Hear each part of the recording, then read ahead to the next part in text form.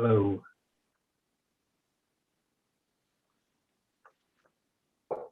Stand by. Okay. There we go. Now we call the meeting to order. And as with most meetings, we always start our meetings with the Pledge of Allegiance. So I'll start it tonight, but usually we go around and circle. You can stand up if you want or not, but I pledge allegiance to the flag of the United States of America and to the republic for which it stands, in liberty, nation, under God, indivisible, liberty and justice for all. It's been too long. And again, as Chair Pro Tem on the outgoing commission, and the chair is no longer on the commission, I'm going to chair this meeting, and then next meeting we will come up and elect officials and things. But now it's roll call. Commissioner Benumoff?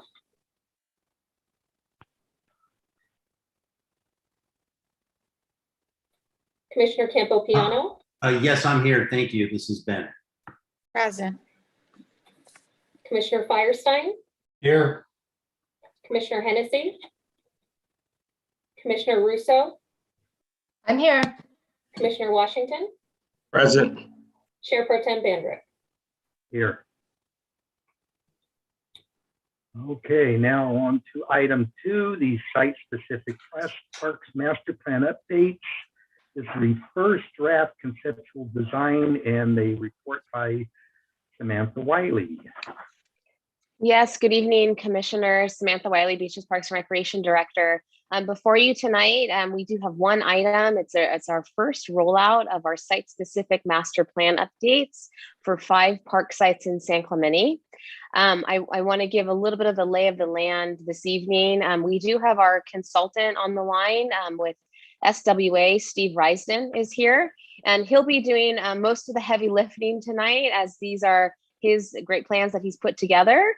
And he'll walk you through kind of where we've been and where we landed with the plans before you this evening. We do have a number of public comments that Miley and I will be reading aloud as well, going back and forth. I want to remind our viewers and also the commission that this is really just a first draft plan. This is not a final document.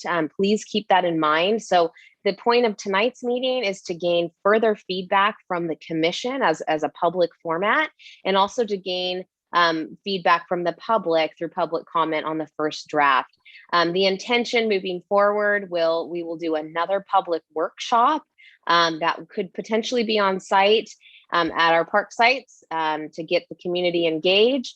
And we would come back to this commission again at another meeting for a second draft review before we land to council. So keep in mind that this is not the last stop. This is really our first stop in this process. And we do want to have open feedback given to Steve this evening as well.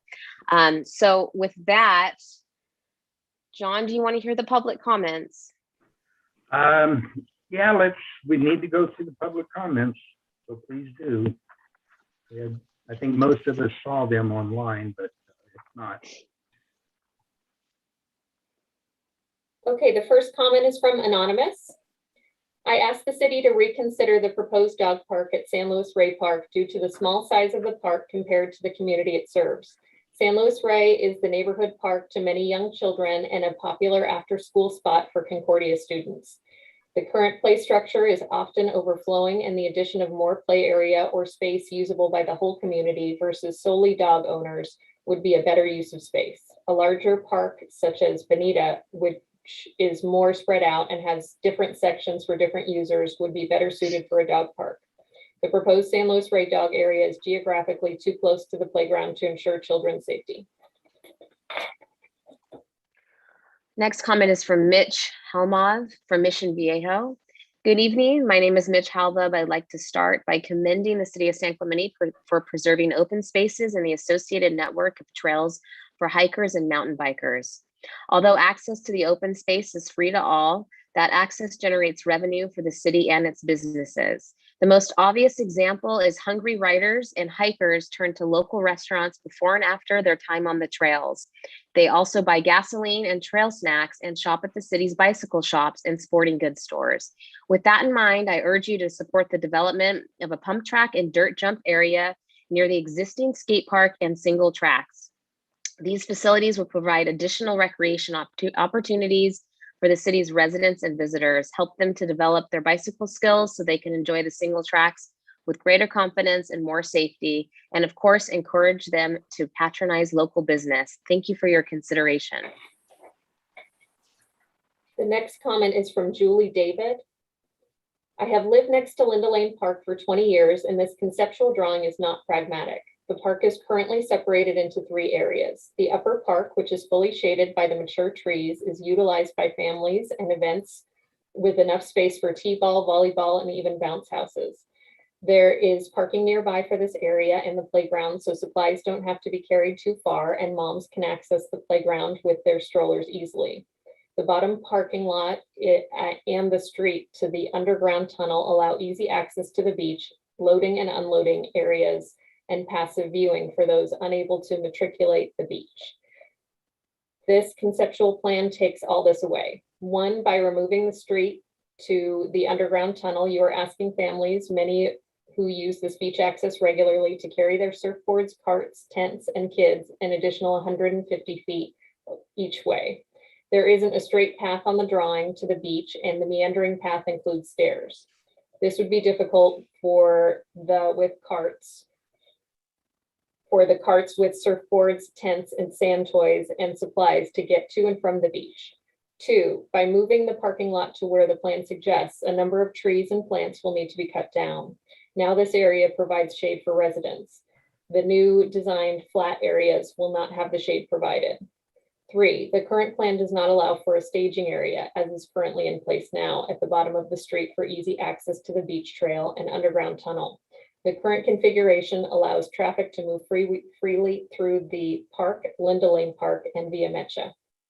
4, families will have to stage at the corner of Linda Lane Park and Via Mecha, which will create a traffic jam through the park and back up on Linda Lane. There is no emergency vehicle access to the pump station or underground tunnel. There is no handicap access. 7, there is no access to the beach for bicycles or electric bikes. 8, this plan removes a lot of space families use, adding instead additional planting areas, which, while looking nice, residents can't use. 9, the bathroom placement is good as it allows for the families on the beach as well as park goers close access. Stephen Canfield of San Clemente. We love the new Linda Lane Park design, except for 2 serious issues of concern. Our residence is just above the proposed Children's Plaza, number 2 concept element on the north side of the park. It's about 40 feet away and directly under our home. Linda Lane Park is basically a canyon that carries sound like an echo chamber. Having this Children's Plaza in the proposed location would amplify children's yelling, squealing, and screaming as they play to an unbearable level that would last all day long, 7 days a week. The other concern is the after-hours gathering that occurs at the current play area and that attracts an element of undesirable activities such as drinking, drug use, and rowdy behavior. We are respectfully asking that the play area be relocated on the south side of the park, or even better, closer to the beach area. Thank you for your consideration. Sincerely, Dr. and Mrs. Stephen C. Canfield. The next is from Tiffany Austin. I have 5 kids ages 10, 9, 9, 7, and 1. We have lived here for 2 years and love it. It's such a special community and place to be. We moved from the San Francisco area where there are lots and lots of incredible kid-friendly parks. What I loved most were the people and neighbors I would meet when we would go. It grew my love for the people of my city. I know this would be the same here. Being able to meet other friends and neighbors at these amazing new facilities would really grow our love for the people and for the town. I really hope the pump track, pickleball courts, and other amenities can become part of this already amazing community. Thank you. Chelsea of San Clemente. I have been playing pickleball for 4 years now and love that it brings people of different ages together. Last week, I played with an 84-year-old man who almost beat me. My 9-year-old twins love the sport and are naturals. I've never seen Sanji so crowded with people wanting to play.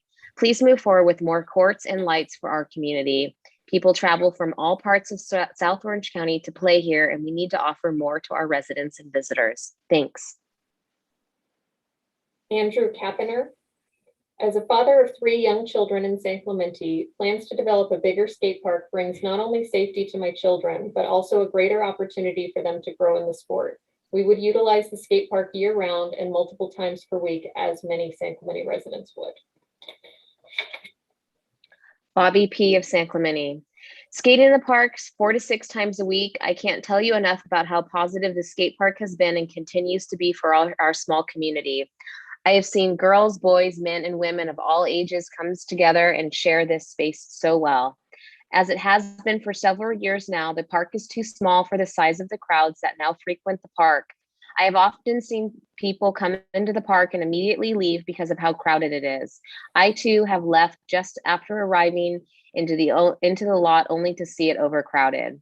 It is time for San Clemente to cater to the needs of its community and expand the skate park. San Clemente is internationally known for creating some of the greatest names in surfing and skateboarding. Ryan Sheckler, Kirby Taylor, Grayson Fletcher, the Godowskis brothers, Kalohe Andino, just to name a few. These 2 activities greatly influence one another, and it is common to see a pro surfer that also skates or a pro skater that also loves to surf. Given the rich surf skate culture in SC, it is unbelievable to see the current tiny SC skate park. The community of San Clemente deserves a park expansion so that future generations may continue to enjoy the positive skate surf lifestyle that so many here are passionate about. This year, we saw the Olympic debut of skateboarding and surfing. SC's own Kalohe Andino represented USA in men's surfing. Undoubtedly, future skateboard and surf Olympians will continue to come from San Clemente. We must expand the park to better serve those with Olympic goals in sight. As the popularity of skateboarding grows with Olympics, we must provide a park that inspires skaters to push their abilities. Whether expert, beginner, or somewhere in between, when you show up to the park, you just want to have fun. That has become challenging with skateboard exceeding its capacity. Let's expand SC Skate Park so that no longer is an issue. Our wonderful community deserves it. Sincerely, Bobby P. Olivia Winner. Thank you for the opportunity to comment on this initiative. My name is Olivia Winner. I'm an 8-year resident, the Vista Del Mar PTA Safety Committee lead for the past 5 years, and mother of 2 children, one of whom is an avid skater. I'd like to express my full support of and excitement for the already proposed improvements to our community's parks. If I could, I'd like to offer up one suggestion that would help with 2 safety concerns. Please consider adding a shaded structure with the seating at the skate areas. First, a shaded structure would encourage parental supervision of their underage skaters, thereby also adding additional adult presence for the park in general. Additionally, such a structure would offer shade to these children during the heat of the peak summer and fall months. As the skate parks are made entirely of concrete and metal, these types of parks can reach very high temperatures. Again, I'd like to thank the committee for the work already put into this project and look forward to seeing these much anticipated improvements. Marty Weinberg of San Clemente. Good afternoon. I'm Marty Weinberg, and I am the USAPA Pickleball Ambassador for the City of San Clemente. After reviewing the first draft and conceptual design for the site-specific master plan for San Gorgonio Park, the pickleball community is pleased regarding the proposal of the 8 new pickleball courts and the Pickleball Social Hub. We are also hopeful that we will keep the 8 existing pickleball courts at San Gorgonio Park. San Clemente has over 500 people playing pickleball, and the amount of players has doubled during the last 2 years. The 4 pickleball classes are full during each 6-week session, and most of the classes have waiting lists. That's 48 more players for each 6-week session that will add to the already crowded pickleball courts. The popularity of pickleball is in its early stages. Pickleball remains the fastest growing sport in our country. Our courts are not keeping up with the demand of the new players. It's very frustrating having long wait times between matches. Our courts are also in need of lights to where the people that work and our local students can enjoy pickleball during the late afternoon and evening hours. Without lit courts, they are limited to weekend play as it gets dark early afternoon during the late fall and winter months. The pickleball community has recently partnered with the Friends of San Clemente Foundation to begin fundraising for the future of pickleball in San Clemente. We understand that it's helpful when the community helps with the cost of new planned pickleball arena. We are hopeful that the city of San Clemente will follow through and build the new proposed courts and also use the existing 8 courts to accommodate the crowds that play pickleball in San Clemente. Thank you, Marty Weinberg. Tony Gosorn. Bicycle facilities like the one proposed for Richard Steele Memorial Park are exactly what cyclists of every age and skill level desperately need to safely progress their skills on a bicycle, as well as being a perfect place for families and members of the community to convene and enjoy the outdoors together. Parks departments, i.e. Thousand Oaks, Sapweed Bike Park, in other counties in Southern California have successfully implemented pump tracks and dirt jump skill progression areas in multiple phases, funded by community support and donations. These bicycle parks are a much safer place for riders as the parks generally have professionally constructed ramps that are consistent for takeoff anywhere, while also being thoroughly maintained by volunteers to ensure safe riding surface free from potholes, loose sand, and other distractions that are commonplace in unsanctioned locales. San Clemente has always been a leading city when it comes to action sports and outdoors, which is why cyclists like myself spend 2 to 3 days a week making the trip to ride or maintain your mountain bike trails and support the small businesses in the city. Currently, there are 2 options for bicycle rider progression: go play in traffic on a bike lane or on a bike path, or travel 2 to 3 hours in traffic one way to another county to ride a pump track or bicycle skills park. Set the example and raise the bar, San Clemente. Thank you for your time this evening. This comment is from Anonymous. One of the good things that has come out of our quarantine is the public use of parks. A bike park would be an add value to the community of outdoor recreation that is self-monitored. Kirk Bundy. I'm 55 years old and I grew up and live in Rancho San Clemente. I have taught in Capistrano Unified School District for 25 years. I have attended Short Cliffs Middle School and San Clemente High School. I love San Clemente because of all the outdoors activities that I love doing. I learned how to surf back in middle school and was on the SC High Triton surf team in high school. Now I mostly mountain bike the trails in the back hills. I wish I had a pump track / bike park when I was growing up here in SC. Just like our local skate park, it's a release for both kids and adults. There are so many young bikers now on the trails, and they would love to have a bike pump track park. I have a son at San Clemente High School who's an avid mountain biker. I showed him the plans, and he absolutely loves the layout. He plans to tell all of his friends about it. We have taken trips to Truckee Bike Park and Temecula Velo Pump Track, and they both have similar pump track layouts. I have noticed that both places have had families use the park daily. The kids learn bike skills from other riders and promote all aspects of the sport. Hopefully we can inspire further bikers for the Olympics. I can also see our local bike shops and YT Industries just around the corner promote demo events on the pump tracks to inspire future generations of bikers. This is a win-win for everyone. Jim Boyd of San Clemente, please consider a bike park at Richard Steed. I think this would be a great way to safely introduce kids to mountain biking, and this is a great place to do that. Aaron Barella, San Clemente resident since 2013. I believe a recreational bike park will cut down on injuries and emergency rescue in our city. We have a booming mountain bike community that would greatly benefit from the construction of a bike park. We have great examples in San Diego County. Sweetwater Bike Park opened on January 4th, 2020, and Sapweed Bike Park, Thousand Oaks, since 2018. These facilities create a safe environment for beginners to progress before possible injury out on local trails where recovery is difficult and costly. Thank you. Darren Walsh of San Clemente. I am concerned about the proposed location of the skateboard area. Currently, picnic benches and a few barbecues are located there, and I believe that they should stay. I live directly below this area, and it is already fairly noisy when people are there just talking.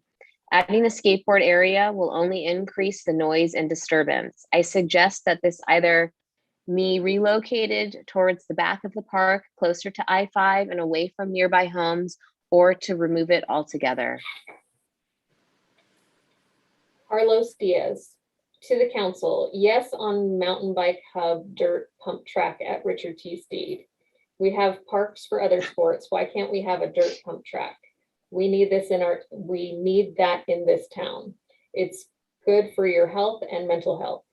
It will bring families together and create memories that will last forever. And thanks to you guys. Give the future generations of kids something positive to do in the city. It can bring the community together and bring new revenue to the city businesses. Invest in the kids today for a better tomorrow. This comment is from Anonymous. Don't put a skate park at the San Gorgonio location. Too much noise is already present here. Julie Larson. Good evening. As a San Clemente homeowner, just a block from the park, I have concerns with noise that will come from the skate park and the slamming of the skateboards. Many who live here are longtime residents of over 20 years, and we are situated on this quiet golf course. The noise from the park carries, and there are many houses situated under and around the proposed skate park. Can we please think of relocating it to the back of the park by the freeway? This will allow for the noise not to carry and to not be a noise nuisance. Much appreciation, Julie Larson. Mary Beth of San Clemente. Hello, many neighbors and myself are concerned with the spot the skate park will go in. My house is right across the street and the slamming of skateboards on concrete will be extremely loud. Can we please move this to the back of the park? Thank you. Jen Granger. I would like to request the commission consider adding the skateboarding feature to be included in the San G Park and expansion at Steed. Skateboarding is a big part of the youth San Clemente culture, and adding these will provide a safe place for all to enjoy this activity while reducing the damage caused by skateboarding activities in other public areas such as schools and parking lots. Tyler of Dana Point. Dear Beaches Parks and Recreation Commission, regarding the proposal to build 2 pump tracks at Richard T. Steed Memorial Park in San Clemente, I would like to make the following statement. I believe that the pump tracks and the development of Richard T. Steed Memorial Park for a more inclusive cycling recreational area is an overwhelmingly positive idea. I feel strongly that the introduction of a formal bike-friendly area in this park will encourage more outdoor recreation, more respect for the area, and more opportunity for youths to participate in a safe and controlled sport. The opportunity that this proposed development brings is not only for children, but also for families of San Clemente and the surrounding areas to experience cycling and outdoor recreation in a way that is positive for the community. The construction of a pump track creates a controlled space for these activities to take place. It also gives parents a place to allow their children to hang out and participate in constructive exercise and sports. The area of South Orange County does not have any pump tracks currently and really does not have very many maintained cycling areas at all. Yet we have a large community of cyclists, both young and old, especially post-quarantine when more and more people began to take up outdoor activities. This development would help meet the demand for more spaces to recreate on a bike in a safe and maintained area. Furthermore, creating a pump track gives kids and underprivileged youth who may not be able to afford expensive after-school sports or programs a place to go and an outlet to put their energy into a positive and constructive activity like cycling. This would be a great addition to our community and to Richard T. Steed Memorial Park. Since the park is already established and has many sports fields and a skate park, this would only add to the value of what Richard T. Steed Memorial Park offers and bring more people into San Clemente to boost the local economy and purchase food and drink from the small businesses that surround the area near Richard T. Steed Memorial Park.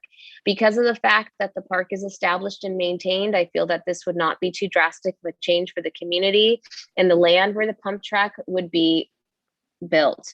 In closing, I believe the pump tracks would offer a constructive and positive place for children, families, and adults to recreate outdoors and bring in more participation in the local community and economy of San Clemente.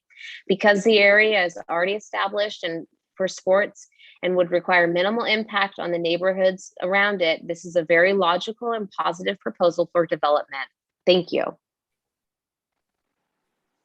Next is from Andy. I'd like to fully support the initiative to develop the existing space into more fully fledged bike park. The amount of skate parks in the area has proven to be a wonderful asset to young people, encouraging outside physical activity and a lifelong skill, things that are becoming increasingly rare. Unfortunately, bikes are often left out of the fun due to skate park rules.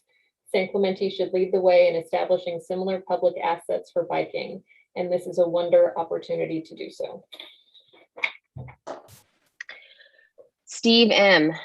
A bike park pump track will give many kids and young adults to practice their sport and stay out of trouble. It gives them purpose. It will also keep the hiking trails less crowded if they are at a designated bike park.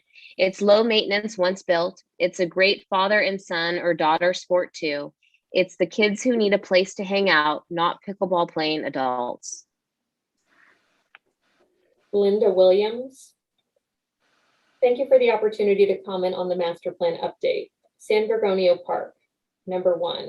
Glad to see the pickleball courts will be added. I am hopefully this will be in addition to the existing 4 permanent courts and 4 temporary courts.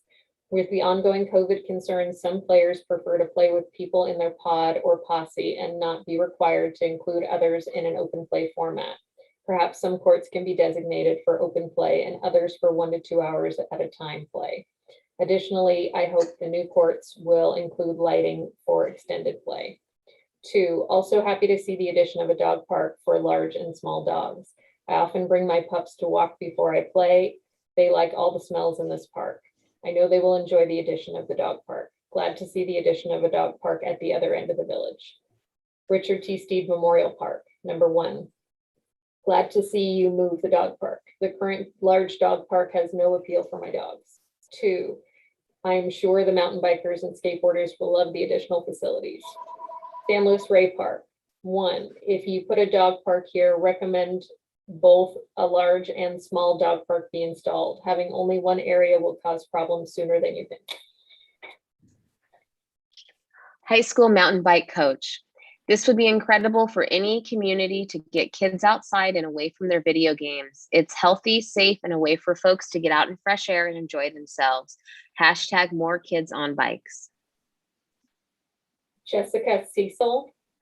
I'm excited to see the improvements suggested for Richard T. Steed Memorial Park, specifically the added pump tracks. As a mother of 3 teenagers and an avid cyclist myself, I feel that we desperately need more activities to support active youth, along with active families in our community. We have an amazing cycling community here in our city and access to wonderful trails. I hope that through these improvements, and hopefully more in the future, we can grow our cycling community through more trails, bike facilities, such as these pump tracks, and more bike paths and wider bike lanes, possibly even a larger bike park like other local cities offer. I hope that this is just the beginning of utilizing open space in our community to support the large community of cyclists of all ages in our community of San Clemente. Heather of San Clemente. I'm a mom of a tween boy, and my entire family actively uses our trail system, primarily for mountain biking.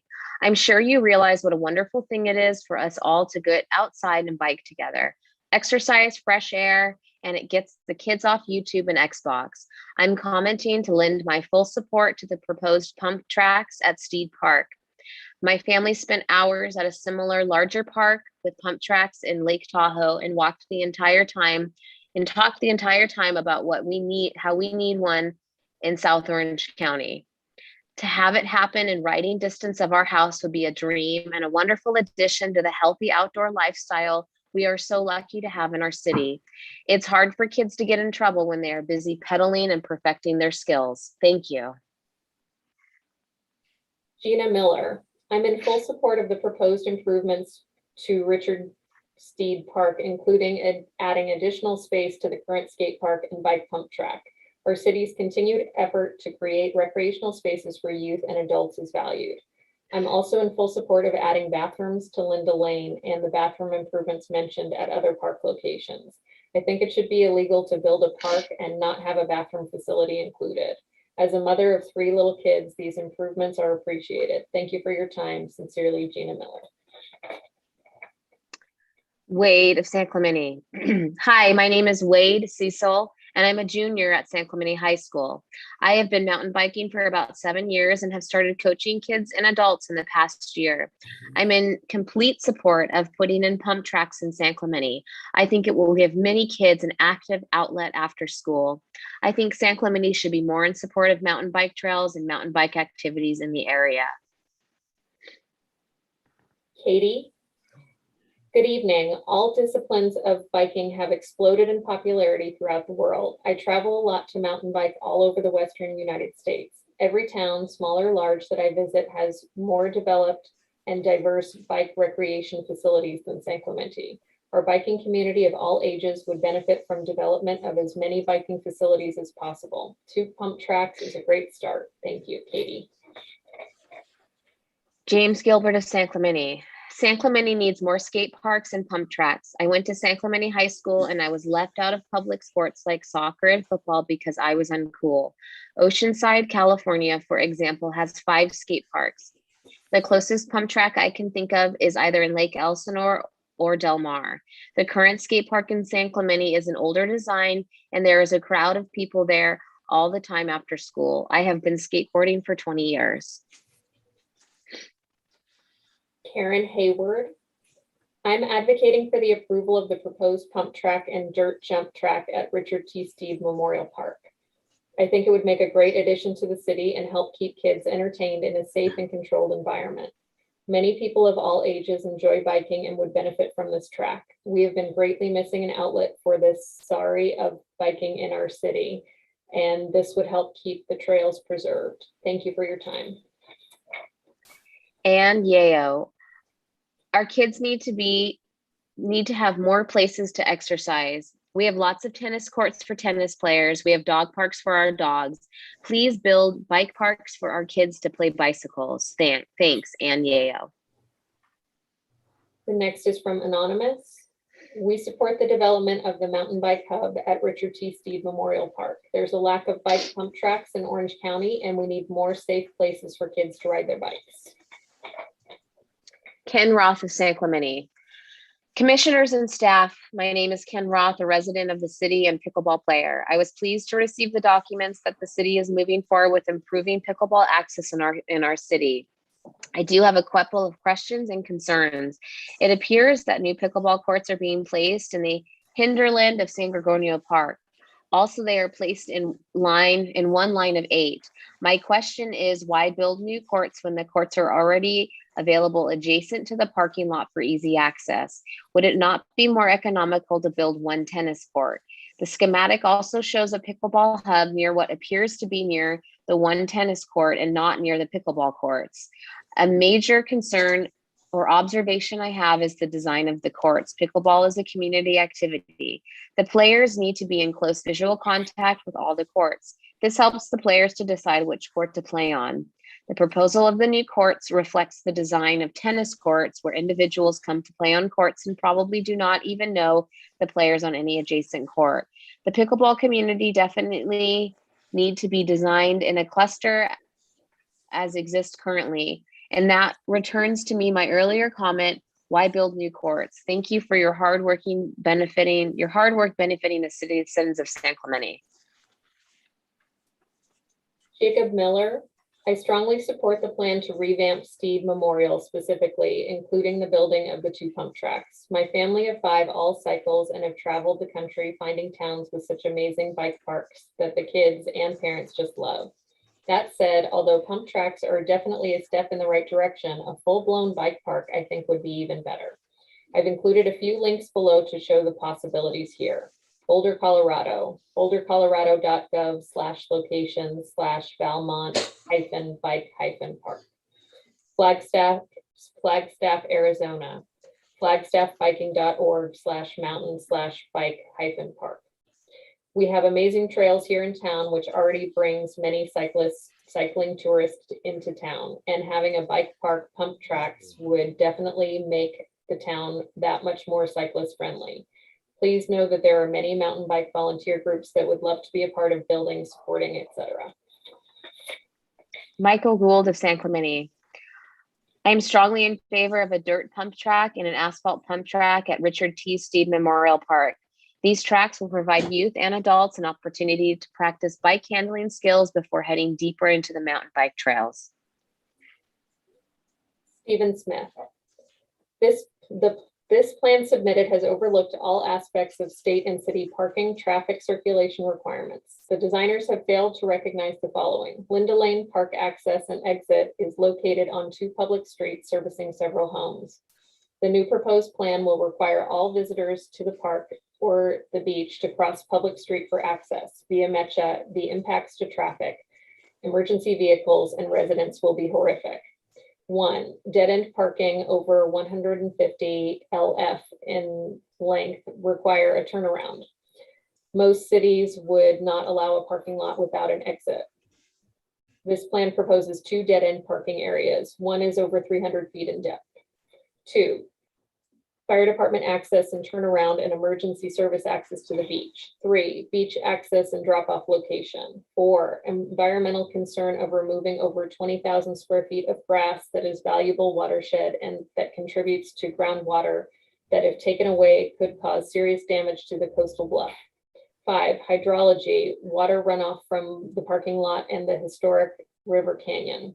6, geology, Linda Lane Park and the streets Linda Lane and Via Mecha, according to Bill Cameron, the former head of engineering for the city of San Clemente, is all on unengineered fill.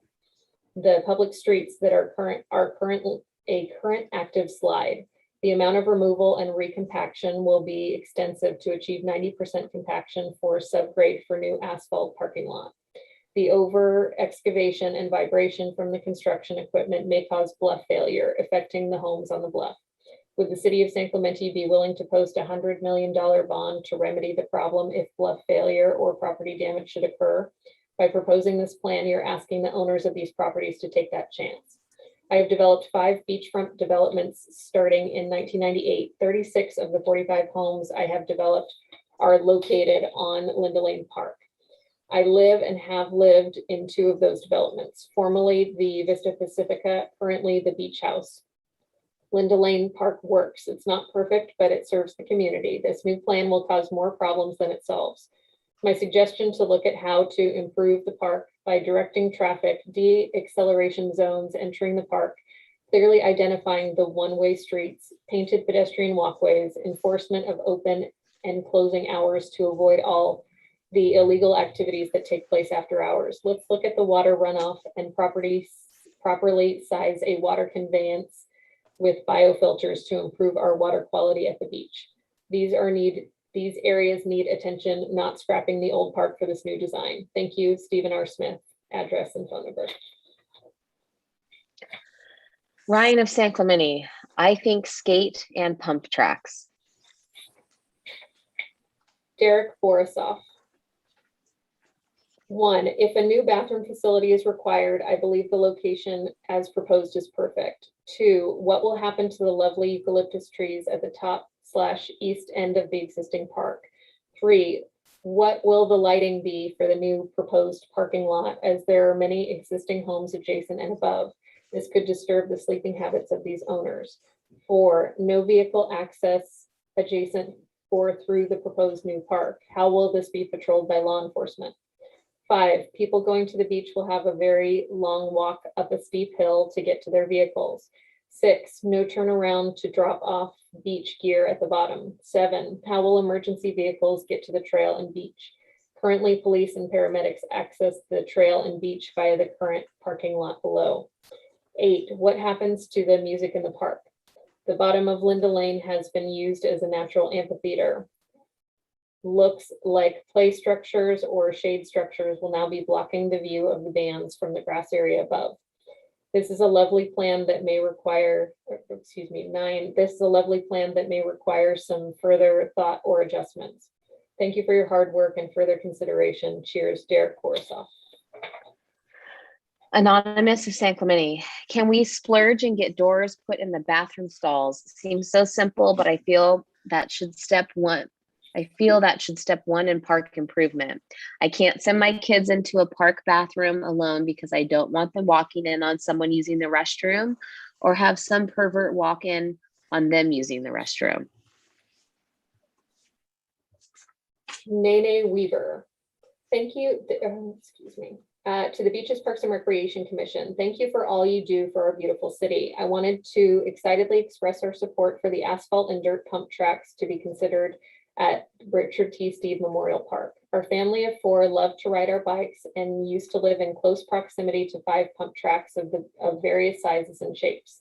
It is a quick, easy, and very fun workout for the whole family, but mainly for my kids, now ages 12 and 13. They had been practicing on pump tracks pretty much daily for the several years, and the challenge to complete the track without pedaling and how many times you can go around is addicting. It is an amazing core workout and improves on trail bike riding greatly. It is even a competitive sport in itself with the Red Bull UCI Pump Track World Championship that includes mountain bike and BMW pro riders. When we moved to San Clemente last year, we were so surprised to learn that there are no pump tracks anywhere in South Orange County. Having less rain and cool breezes makes for ideal conditions for a pump track. We are overjoyed at the prospect of 2 pump tracks in our town. It would be amazing if it passes. We will be there. Thank you. And the last one is from Moxie. Hello, thank you for taking my comment. As a local skater, I'm writing to urge you to build more fun places to skate in San Clemente. Skateboarding has been popular for a long time, and after the recent Olympic Games, I believe it will grow even more popular now. In addition, roller skating has recently had a big resurgence, including park skating, and will only continue to expand as well. All of these people want places to skate. They need places to skate. Providing quality places to skate will be such a huge benefit for the community. Pump tracks are super fun for the whole family, and I'm sure would be very popular. Currently, San Clemente has a skate park, but it doesn't have any bowls to skate, and the layout is very compact. Additional places to skate will benefit our local community and the skate community as a whole, as many people are willing to travel for a good spot to skate. Both skateboarding and roller skating are beneficial for the mind, the body, and the spirit, which are all vital for a happy life. With issues like mental health on the rise, giving kids, teens, and people of all ages a clean, safe place to skate and do something they love will support better mental health as well as better physical health, making our communities happier and healthier overall. The Stoke is real. Thank you for your time. Okay. Enough of comments. Do we have a presentation by Stephen Risden?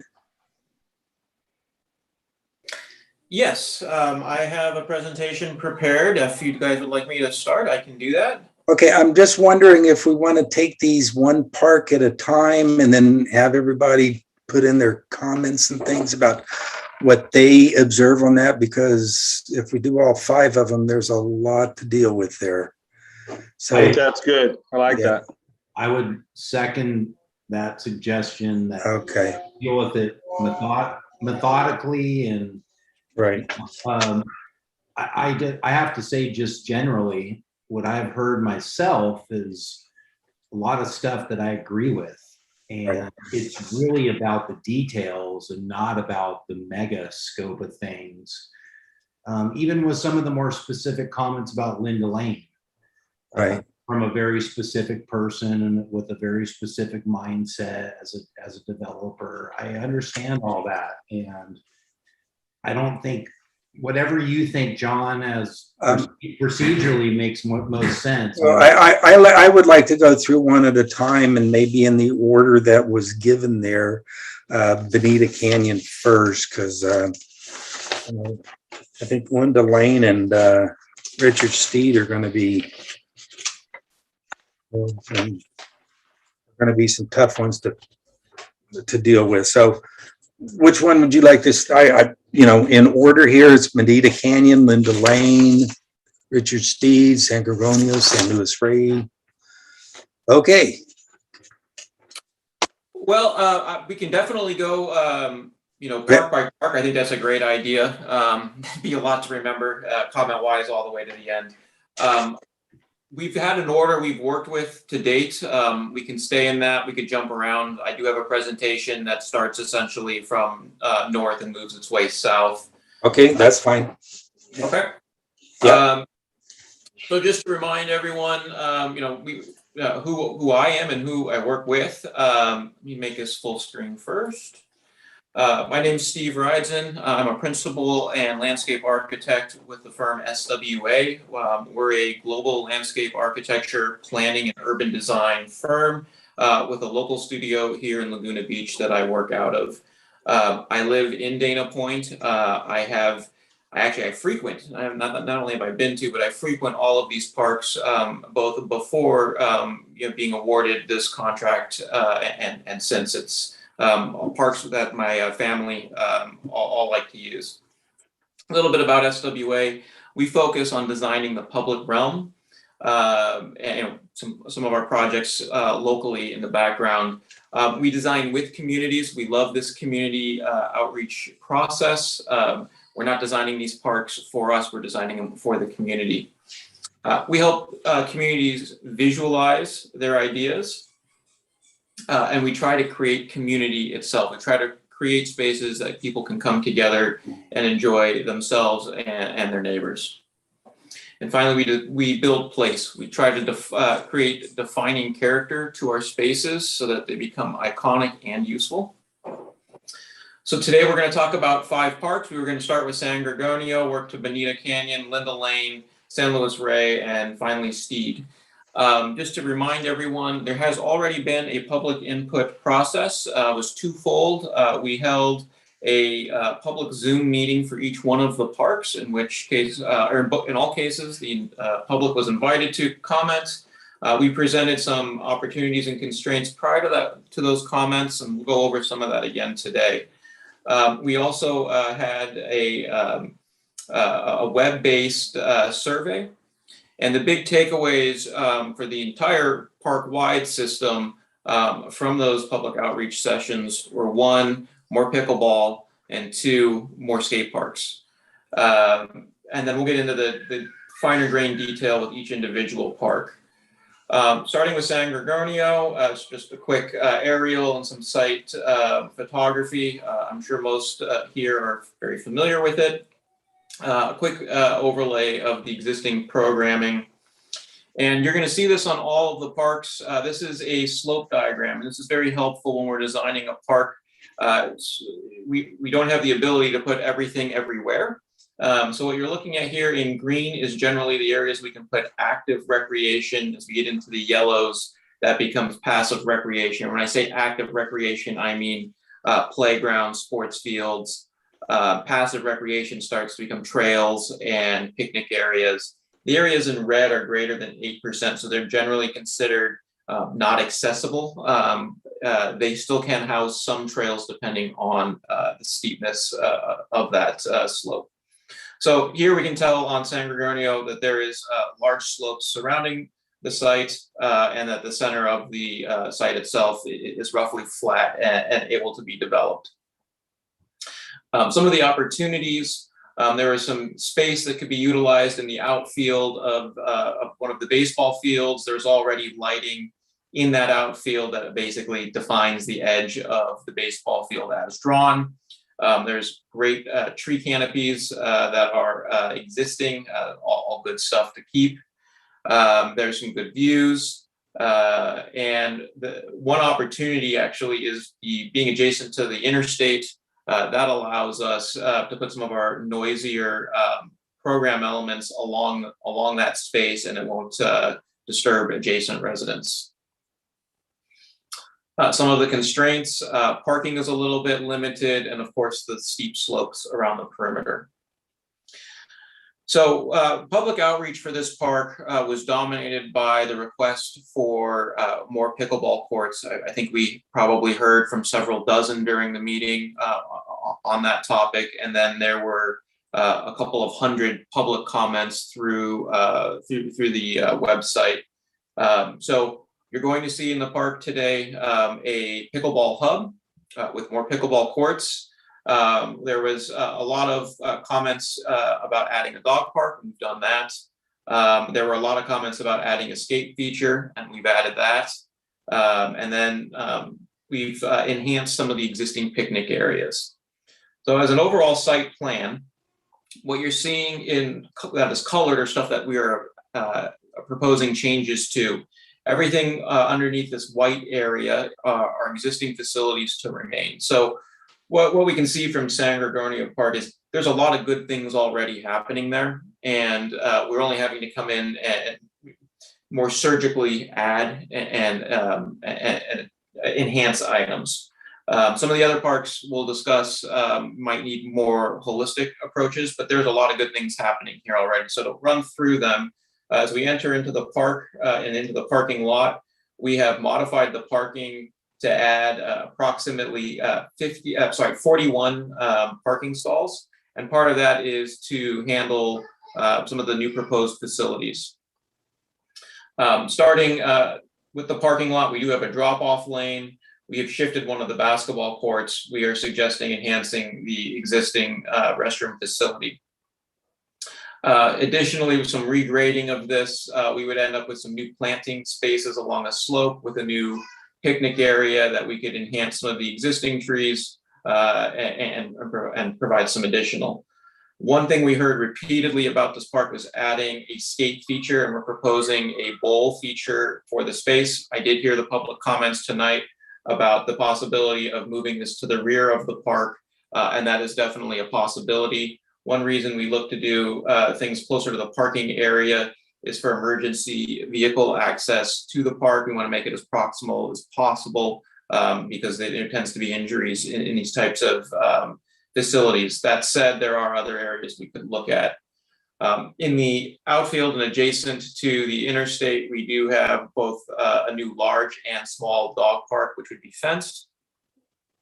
And then in the old outfield area of this baseball field, we are suggesting a new pickleball hub, which would include 8 new pickleball courts. Centered within that would be a barbecue and shade structure, shaded by additional trees. And this would be the kind of pickleball social hub that was requested. As if pickleball required more courts and it became more popular, there's the possibility of adding at least 2 more. We could probably get in 2 additional here as well, and 1 to 2 over in this area. And finally, there's an underutilized corner of the park with amazing ocean views. So we are proposing a small shade structure and view deck. Awesome spot to have a picnic. So that concludes San Gorgonio. If you guys would like to open that up to comments. Hey, can I ask how many pickleball courts are there now? My understanding is that there are 4 permanent and 4 that are temporary, be switched back and forth to tennis. And those are all down where number 6 is right now. Those would be converted to a tennis court in this plan. That was one. That was one of the items. There was some comments about bringing more tennis back as well. I know that there are a lot of pickleball players, so that is an item to be discussed. If we want to keep the existing 8 and add 8 more, if we wanted to keep 4 plus the new 8. Yeah. Let's go down one at a time then. Rob, you have anything else to add? I have a question. Where the pickleball courts are now, is there an opportunity for one of those to catch a fly ball from the baseball field there? Or are we thinking about fencing or something to take care of that? Or? The pickleball courts themselves would be fenced. There is always the ability, you get Otani out there hitting bombs, and you might get something out there. It is. Are you going to show up there one day? I might go out there. I don't have that ability to get them here, but if someone does, I'd pay along. So just a procedural question, is this our time as commissioners to comment on this particular plan? Or are you opening this up for the public?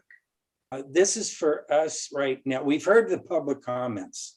Okay, those were all the public comments for tonight that Okay. were read to us. And now we're going to go through one at a time, hopefully. And if you have a comment or a question, it's a good time to ask now. So Robbie, you all done then? One quick comment, but I actually share some of Ben's concern there.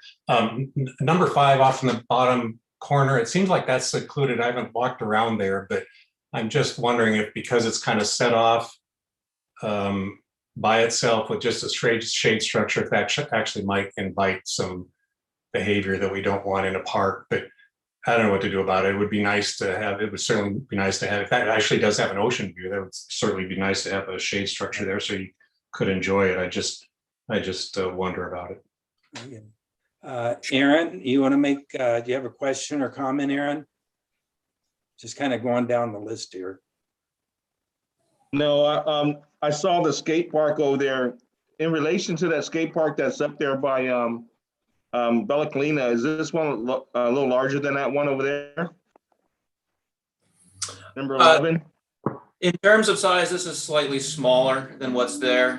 One of the requests from the public in our last outreach session was to provide skateboard amenities in as many parks as possible. So I think that'll be a theme here. You'll see a couple of skate parks being added. A lot of the smaller parks have adjacent homes, and I hear the comments tonight.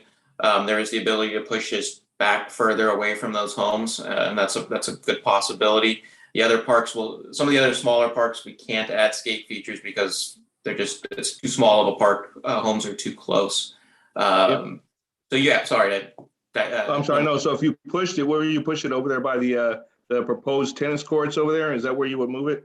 Over closer to the freeway? The likely spot would be here.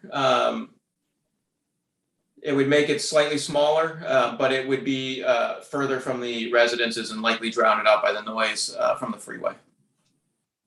Thank you. Okay, Benjamin, any questions, comments? For sure. Yeah, I think this is all great. Can everybody hear me, by the way? Yes. Yes. My general feeling after living in this town for 20 years, I got a lot of friends and family here, is that this is all great. This is, everything that's being discussed is amazing. It's an opportunity to make everything better. But what I would focus on is the quality, of our parks, generally speaking. And what I mean by that is with this particular park, it's a big park. There's so many different ways you could make it better. And pickleball is great. I love pickleball. I think we all do, especially, people in my demographic that don't really want to play on full-on tennis, but you want a little bit more than ping pong. And it is great recreation and it's awesome. And the same thing goes for the skate parks. Our current skate park is very challenging to skate, especially for somebody that's over 40 years old that doesn't want to drop into really steep ramps. And it's nothing like the Etney skate park or the pump track that people keep talking about, which I am so in favor of. I did not realize myself there was such a contingency of people that want to do biking on a pump track. I've seen it before. My only real experience with the pump track is the one in Del Mar in Carmel Valley, which is amazing. I've spent hours there with my friends and my son, and it's a great workout. I agree with everybody. So I am your commissioner, whoever's interested in making the skate pump track thing work. I'm a skater too, sort of. I used to be much more when I was younger, but now I'm more into just rolling into a pool and hitting a pump track and just being there for hours and having a great work. It's fun. Our current skate park is very technical and challenging. And you have to be a good skater to skate it. And so what I would say is whatever's going on with Sanji, one of my other big inputs is that we have so much baseball and soccer field space already that we're maintaining, but we're not maintaining it well. These aren't fields that you want to go play on when you got your game to look forward to for the weekend. The grass is furry.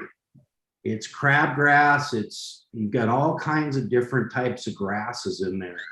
And our fields across the board need to get better.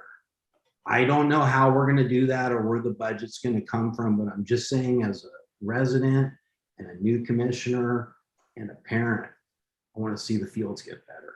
So principally, I think most of this area that we're looking at here on the screen is field space. It's baseball fields and it's soccer fields. So if we're gonna own them and we're gonna maintain them, we might as well do it to the best of our ability. It doesn't have to be necessarily world class because we're a municipality, but there are places like Lake Forest and Irvine who do shut their fields down, who do work with the community, and who do create a better, safer playing surface. But back to the actual Sanji concept, I would just say, with respect, most of these comments have been about the skate community and the golf community. And the biking community. And I don't know if we need a one track for bikes and one for skaters. I mean, when I see these bikers hit these jumps, they want to air it out a little bit longer than the skateboarders do. Let's just be real, right? They're on a bike and they're not on a skateboard for the most part. When you're dealing with like a pump track. So I don't know if it's the same design that these people want, but I'll be your commissioner that will dig a little deeper. And if there's room to put more than one pump track, I think it's a great thing. Pump tracks are great for all ages. They're great for little kids that are like 5 years old. But when you have bikes and skateboards and scooters. Ben, just a point here. We're dealing with San Gorgonio. I don't think bike pump tracks are part of this one, is it? My understanding was people were asking for these types of amenities specifically for Steed and Sanji. So if I'm wrong, then I'll just stop my comments. But I've been looking forward, as a longtime member of this community and somebody who practices land use law and somebody who knows the public process. This is a neat opportunity for us to jump in as new commissioners and do a lot of good. Terry, you're up, I think. Comments, questions? Yes, I have one real quick question of what I'm seeing on the actual grid here, or the diagram here. That is, I see number 6 in blue, the new tennis court proposed. Next to it, is that the existing tennis court, or is that it's labeled 4, which would be parking? Is that a misprint, or is that parking right now?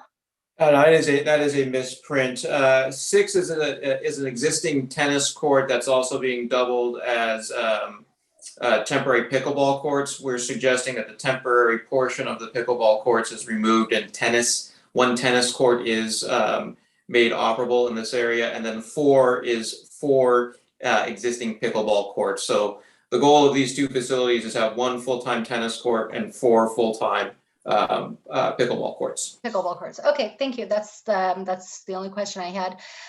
Is that, go ahead. Yeah, wait. Yeah.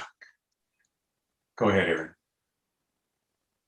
Oh, I was just gonna say, Stefan, now that she brought that up, I noticed, you know how you have the 6 that's in white background for the illumination? Should there be, is that the tennis court, the one that's the 6 with the blue background? Should is that one gonna be lit up in the new plan? Right Yeah, there where you got your cursor?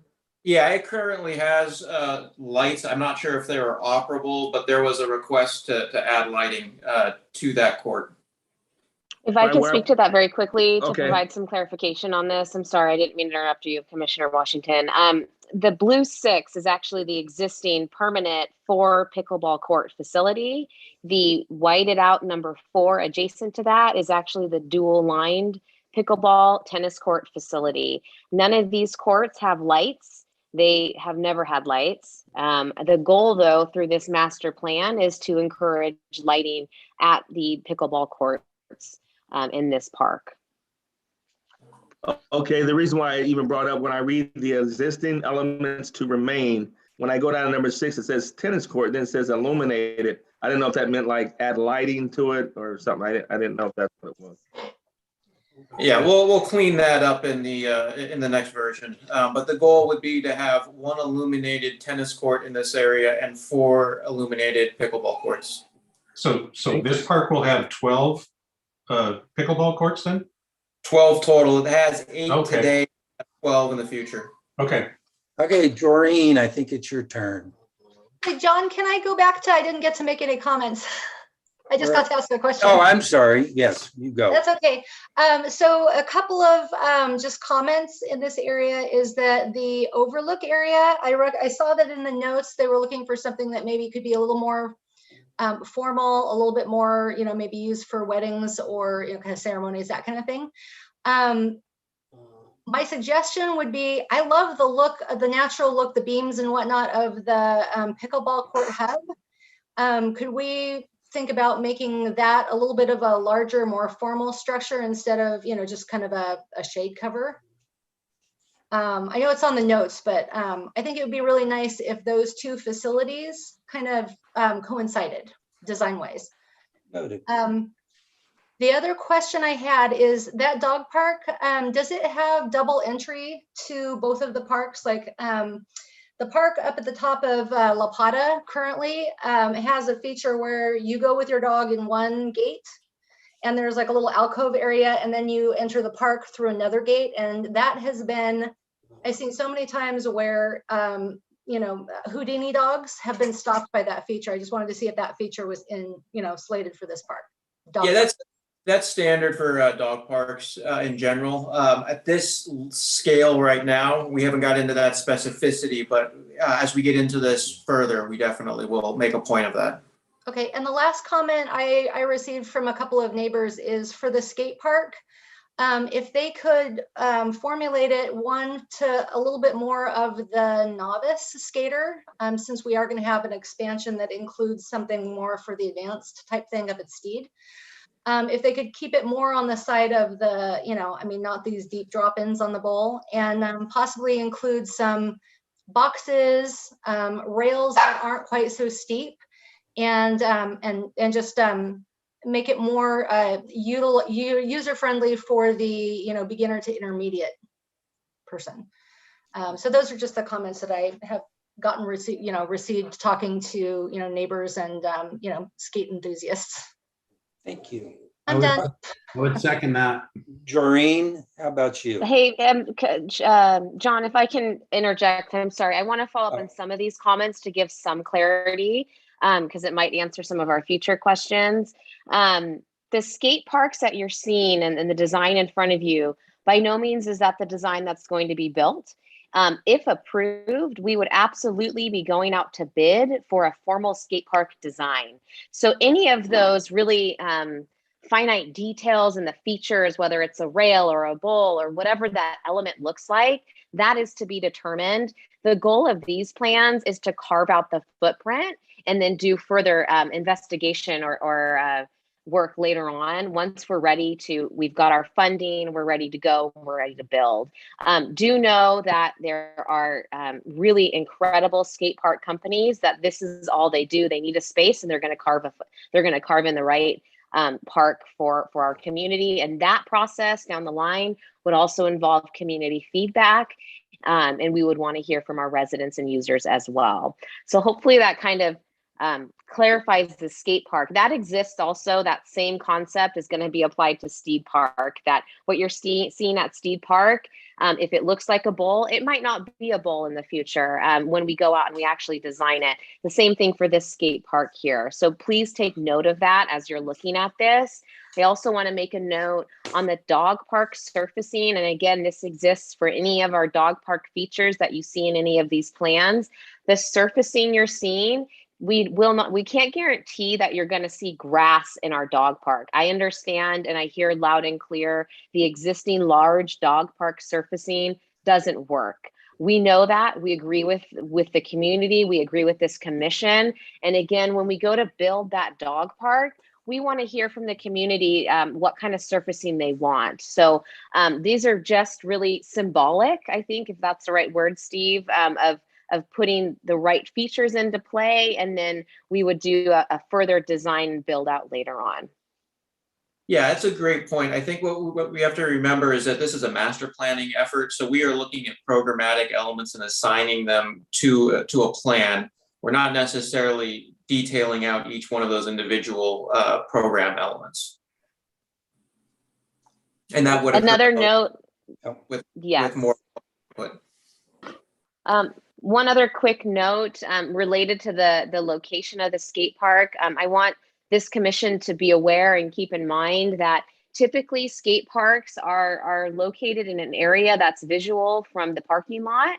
And that is for law enforcement's purposes and our park rangers to ensure that it's a safe and secure facility. You see this demonstrated with our existing skate park. That's been a big call that existed back when we built the current skate park, that it needed to be able to be accessed by public safety officials from the street. So that is why you're seeing it in this location as well. And then I also want to address the existing tennis court at this site. The slabs have failed, both the pickleball courts, that the 6 and the 4 that you're seeing, those slabs have failed. So no matter what we do, in order to continue to get long-term use out of these courts, they have to be completely remodeled and really torn up and starting over. And that also would then have to preclude including the lighting as well. So keep that in mind also. Okay, Joreen, finally, comments. Hi. Yeah, so I have a couple of comments and kind of some overarching comments that would apply to all the parks. So one of my first questions was whether San Clemente or SWA has like an overall like sustainability plan for all the parks. Like, are they looking at things like, you know, water efficiency, energy efficiency, use of solar, like water bottle refill stations? Like, is that something that is sort of looked through the lens as you're developing site-specific plans? Because I really would like to see, as we move forward with our parks, that every single one of them have some sort of like sustainable elements included. So that's one overarching comment. And then specifically with the with Sanji, a couple of things. So I just want to clarify with the pickleball courts in the back, the new ones, because I know my son currently plays soccer there with the lead. Are the soccer fields going away? Like, will they still be able to use them with the Pickleball Hub? So to answer both of your questions, I'll start with the sustainability component. There are best practices which are standard for most of that sustainability. So a lot of that's going to do with water efficiency. The specifics of once you get into construction documentation would handle the second half of that, which would be things like water bottle fillers, specifying turf that would have, require less fertilizer, things like that. So right now, what we're looking at for the biggest, sustainable component is how we are locating these items. And we'll get into that a little bit more with Linda Lane, where water quality becomes an issue. Your second question about soccer, soccer could not be overlaid on the pickleball itself. there is still the ability to overlay a field in the outfield of that baseball field. So you could either do baseball or soccer, and obviously not simultaneously. The reason we placed those pickleball courts where we did is there's an existing row of light towers that basically flank this outfield right here. So there's not real usable space here without running into one of those posts. So soccer field could still be laid in the outfield in this space. Okay. Okay. And so then with those posts, because I know there was one commenter that talked about he wasn't really a big fan of the linear outlay of the pickleball courts and that he wanted it to be sort of more communal. So is there an opportunity to reconfigure any in that sort of communal way, or? We could, there's always the ability to do those kinds of things, but there are drawbacks as well. So we could combine the pickleball courts into more of a grid, but at the expense of the functionality of the baseball field. Yeah, okay. And then my other comment is about the skate feature. So I agree. So of like the current location and based on some of the comments that Samantha said, and personally, I've gone by the skate park and you can just visually see whether kids are wearing helmets or if they're up to no good. And it's really, I think, important to sort of have that visual from a parking lot versus tucked away so far back in the park that you can't see it or see what's going on at night. So I do think it's important that it's located at least so you can have a visual from the parking lot. And at least it looks a little small to me just based on the schematic. And I don't know if there's an opportunity to move some of the picnic benches back and make it a little bit bigger. Like I think maybe move 10 back more towards 12 and then just add a little bit more in. And then what else? Oh, I didn't see also any proposals for improvements to the baseball fields. And I know just being a baseball parent that there's no shade on any of the viewing or any of the structures that you sit on to watch the games. And it's really hot. So that would be good to have. I know the fields are not in the best condition, at least according to the coaches, and that they might need to be regraded. And also the maintenance of those fields, I think, is important to kind of keep up on. And then bathroom doors too, because I think you mentioned that the bathroom was going to be redone, but there's no doors currently, and that's a big problem. Okay, I only have one question maybe for Sam. Is there any concern about, I know they shut the lights off on the courts all at 10 o'clock and stuff, but the noise at night for the surrounding neighborhood, that's not a problem? That's a valid point. Okay. Thank you for bringing that up. Well, I think, if lights are going to move forward, you can consider that, yes, our park hours, everything turns off at 10 p.m. But certainly this commission and council could have the option to say courts lights turn off at 9 p.m. That can be adjusted. Just because the park is open until 10 p.m. doesn't need to mean we need to allow for the use of lighting. So that can be a broader conversation we have down the line as well. And that would, of course, we would want the neighborhood to give us that feedback as well. Because we made a big mistake with San Luis Rey, so don't want to do that again. Okay, I think we're ready to move on. We heard from everybody. Hey, can I just ask a question? Would it be possible, just so I get an idea, maybe other commissioners get an idea of where we are in the overall process? I think that might help us kind of place how specific we need to be in our comments. And I'm wondering if Samantha could just take a minute or two and tell us what the next 2 or 3 steps are after us meeting here tonight. I mean, what actually happens with the comments we're giving, with the comments we had from the public?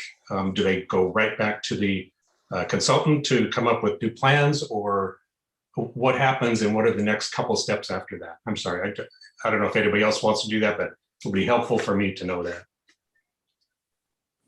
Yeah, no problem. And I'll lean into Steve on this as well. But the goal here tonight is really just to gather this commission's comments and feedback. And obviously we've heard from the public. We had a number of those comments also. So our goal is to take all that and look again at these designs based on what we've heard, whether that's adding shade or doing some clarifying elements to lighting, things like that. I believe that's Steve and his team are going to go back to the drawing book, so to speak.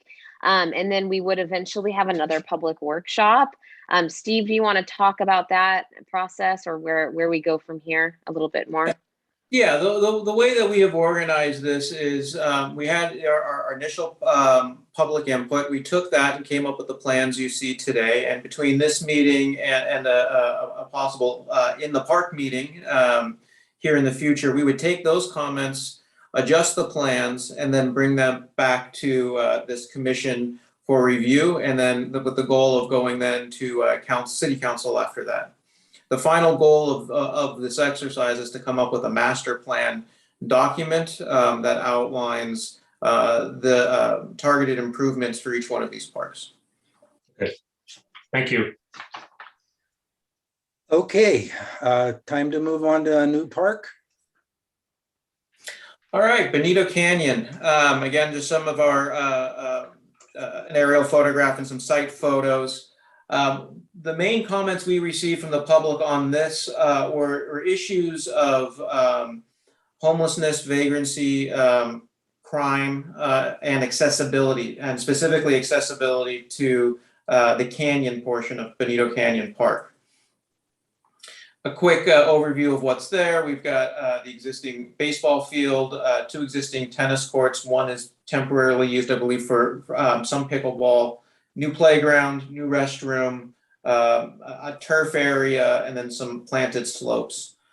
Again, famous slope diagrams. You can see there is not a ton of usable space for active recreation, and that the requirement for accessible paths of travel into the canyon portion of the park exceeds 8%, which is the limit allowed by the Americans with Disability Act and the California Building Code.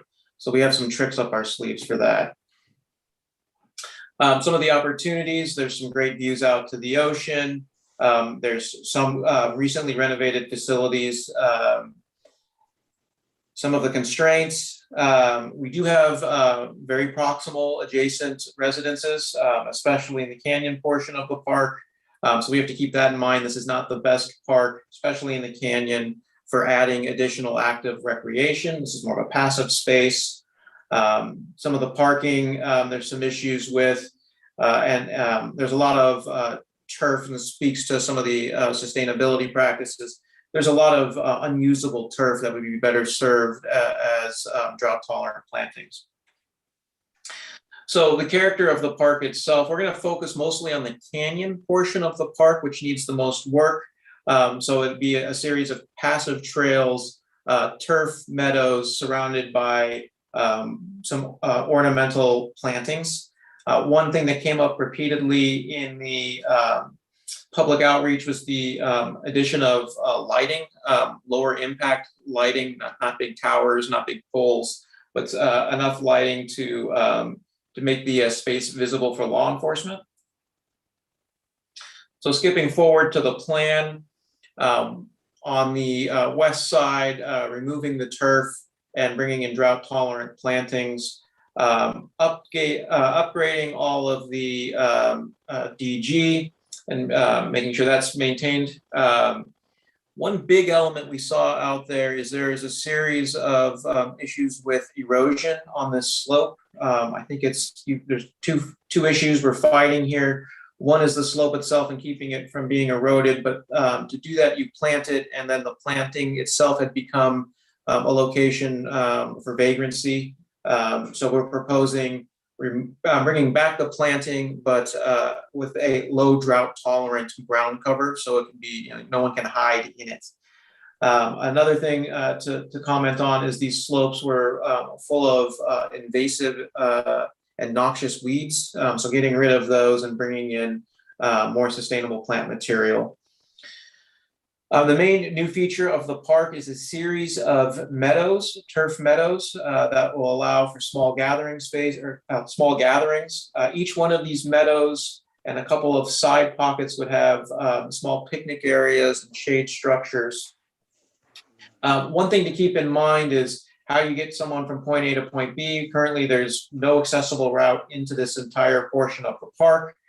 So what we have to do is play with the length of our trails in order to get a satisfactory slope. So you have, a fall on one of these trails and a run. So you can't change the fall. You got to get from elevation A to elevation B, but you can change the length. So what's happening here is a series of figure eights that get you all the way down and through a space that otherwise would not be accessible. This space is fully accessible now and has a new park entry here at number 13 and here again at number 13. The space at the base would be the planting space at the center of the park. Could be more ornamental and a little bit higher in its overall character, but again, the slopes being low ground cover. The individual pods also lend themselves out to being rented, and there were several possible tenants that had come in and asked for space that they could possibly teach out of or provide agricultural outreach programs. So that is possible in this park by utilizing one of the pods. And with that, I'll open it up to questions and comments. Well, let's try to go backwards this time. Joreen, you were last time. Do you have any comments? Yeah, I have a couple. Yeah. So, yeah, I'm really excited about some of the proposals. I really like the idea of drought tolerant demonstration gardens. I like the idea of putting native plants and plants that aren't quite so, water intensive throughout the park. I think that's a great idea. I think they're going to upgrade the lighting on the baseball fields, which is needed. So I love that part. Two things, just because, again, baseball parent, my son plays here a lot. He played here all summer. He said there's no bullpen to warm up the pitchers. And I don't know if there's any space to put that in. There's no shade on the stands, similar to other parks. And then there's also, I think the grass is dead currently. It's not doing well right now. So that's for baseball. And then one thing, I like the idea of that agriculture outreach program and kind of maybe doing something different with one of the pods in the back canyon. And I'm wondering too, if there was any interest in like maybe coupling that with like a community garden or something like that back there where you can, maybe do both of those things. So I like that. And then one thing too, with the drought tolerant garden, I thought it might be interesting or to partner with Casa Romantica, because I know they do an amazing, like if anyone's been to their gardens, they've done a really great job with their native plant gardens and drought tolerant gardens. So they might be maybe at least used for inspiration for some of those, or maybe they'd be interested in helping out plan the design since they're a local nonprofit. Great. Thank you. Terry, I think you're up next in reverse order.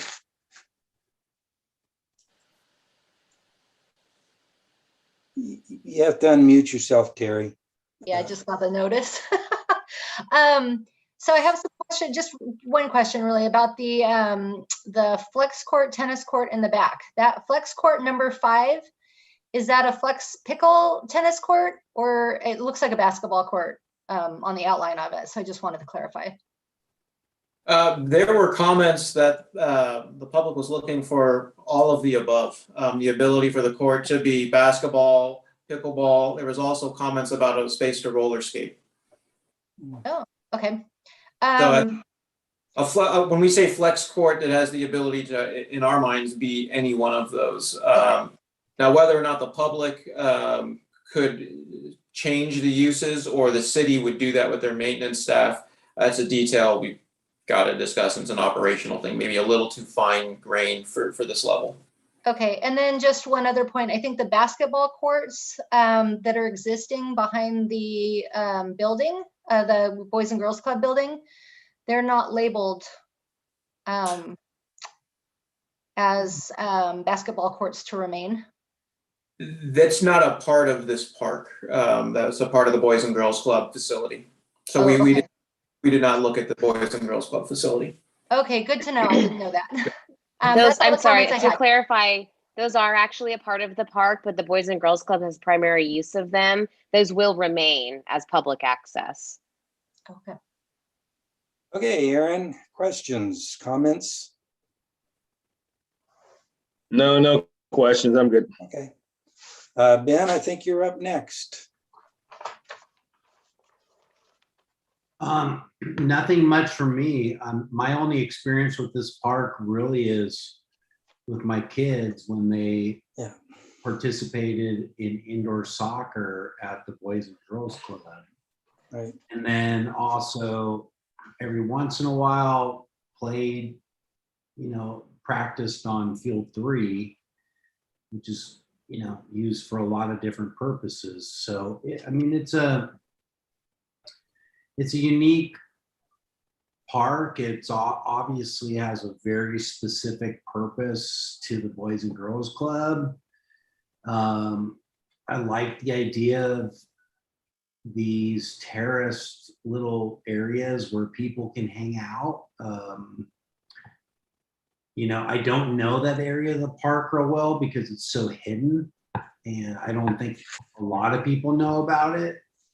I know those tennis courts need to be redone from what Samantha told us, in our orientation tour. So I just see opportunity, and I'm happy to support whatever people want. That's all. How about you, Rob? Questions, comments? Yeah, just I happened to walk through here the other day just because I was in the area, and we didn't walk that backside. I wanted to see what that looked like. I was just wondering if we want to think about some steps from that Avenida Estrella area down to the park, because that's a pretty steep grade there, and any kids from that area, even to get down to the Boys and Girls Club, would have to, I think, walk all the way around. I don't know if we had thought about that, but maybe we should. I think it would get more of the people up there along Avenida Estrella down into the park. Rob, that's a good point. Part of the things we have to look at, though, from a planning standpoint, is when you add stairs, you've got to provide an accessible route as well, and the amount of ramping and retaining walls becomes prohibitive. So we have the ability to do that, but it becomes very expensive. So what we were trying to do in this scenario is provide the most efficient in terms of both location and cost for the entries. Yeah, that okay. Could explore an opportunity to do that and what it would look like. But the contouring and the ramping that you're providing there all the way to the end of the park wouldn't work for accessibility, or does it have to be right next to the stairs? Yeah, you have to be there's a distance in which you can you have to be from the stairs, and so could a stair be here? Yeah, probably, but we wouldn't do as much good there. Yeah, exactly. It makes sense to kind of do it here because then you kind of have your 3 spots. We can look at what that would do. If that's something that the commission wants us to look at, we can definitely go down that route. And that's 2 lanes and of Stephen, traffic up there, so they'll be crossing the street, correct? Yeah. Correct. Yeah, it's a normal street. Yeah. Yeah. And then Stephen, currently you can access the park. There's no fence line along Estrella, right? Because I remember, aren't there just like a number of cut through trails that you can kind of just cut into the canyon right now? There has been, there are what we would call goat paths through there, right? That people in the neighborhood have cut. Right. Now those are accessible paths and don't meet, building code. When we would propose planting those to help with the erosion control of that slope, which is some of those slopes are eroding quite a bit. Yeah. Okay. Okay. The only I'm other good. comment I had was I think Kaye Baye there is mismarked. And I spent some time on that before I realized that, so you might want to move it up. I think that's El Camino. Camino Real. Okay. El Camino Real. Yep. How about the next park then, as we move along? All right, Linda Lane Park. So we've been talking about a little bit more surgical approaches. This one, the proposal is a little more drastic. We'll get into why that is. So again, some imagery off to the side. We're all very familiar with the park and aerial view. Attached here, or shown here, is the current uses, darker green turf area, playground, picnic areas, and then the parking. So this is, I think, very important with this park is to look at the accessibility. And currently the park is not accessible, nor is the connections to the bike trail or the beach. And currently all the existing parking, including the ADA parking spaces, is on a slope greater than what's currently allowed by code. This would be likely grandfathered in, but any changes would have to meet current code. So in addition, when you do park, especially along this side of Linda Lane, you are forced into a public road and walk through the middle of the road to access portions of the park or the beach. Some of the opportunities, there's an existing beautiful bench, of course, the views and the connections to both the trail system and the beach itself. We do know that the playground is well used and loved. I use it with my 2-year-old daughter all the time. But you know, one of the things that struck us is that the main recreational portion of the park is separated from the other, main amenity, which is the beach. And so essentially the cars are put first adjacent to the beach, and the recreational areas are placed second at the rear of the park. So that got us thinking. The other thing is, looking at the existing parking and how it's used. Typically, you don't want to be at any greater of a cross slope than 3 to 4% on non-ADA stalls, 2% on ADA stalls, and we're close to 10, 12, and 14%, which is many, many times greater than what's considered best practices or code. And so to get just this parking lot to work with current code and best practices would result in an almost 30-foot high retaining wall along this edge, which would require an elevator to get pedestrians down to the beach, and would likely be a fairly uphill battle with the Coastal Commission and other regulatory bodies just for changing the view shed that much. So there's a lot of issues here we were trying to solve. And so some of the solutions. One is this idea again of a series of turf meadows with a series of ramps that get us from point A to point B.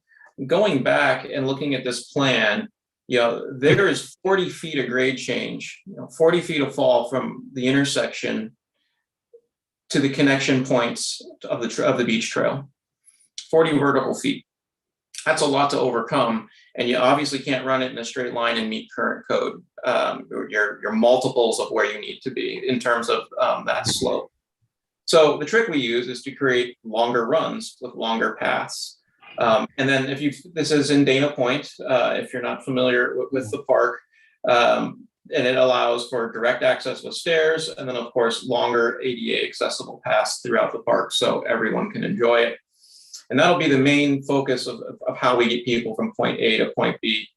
But also looking at creating a more ocean-focused park, opening up the views and the recreational spaces to the ocean itself, as opposed to being kind of separated from it.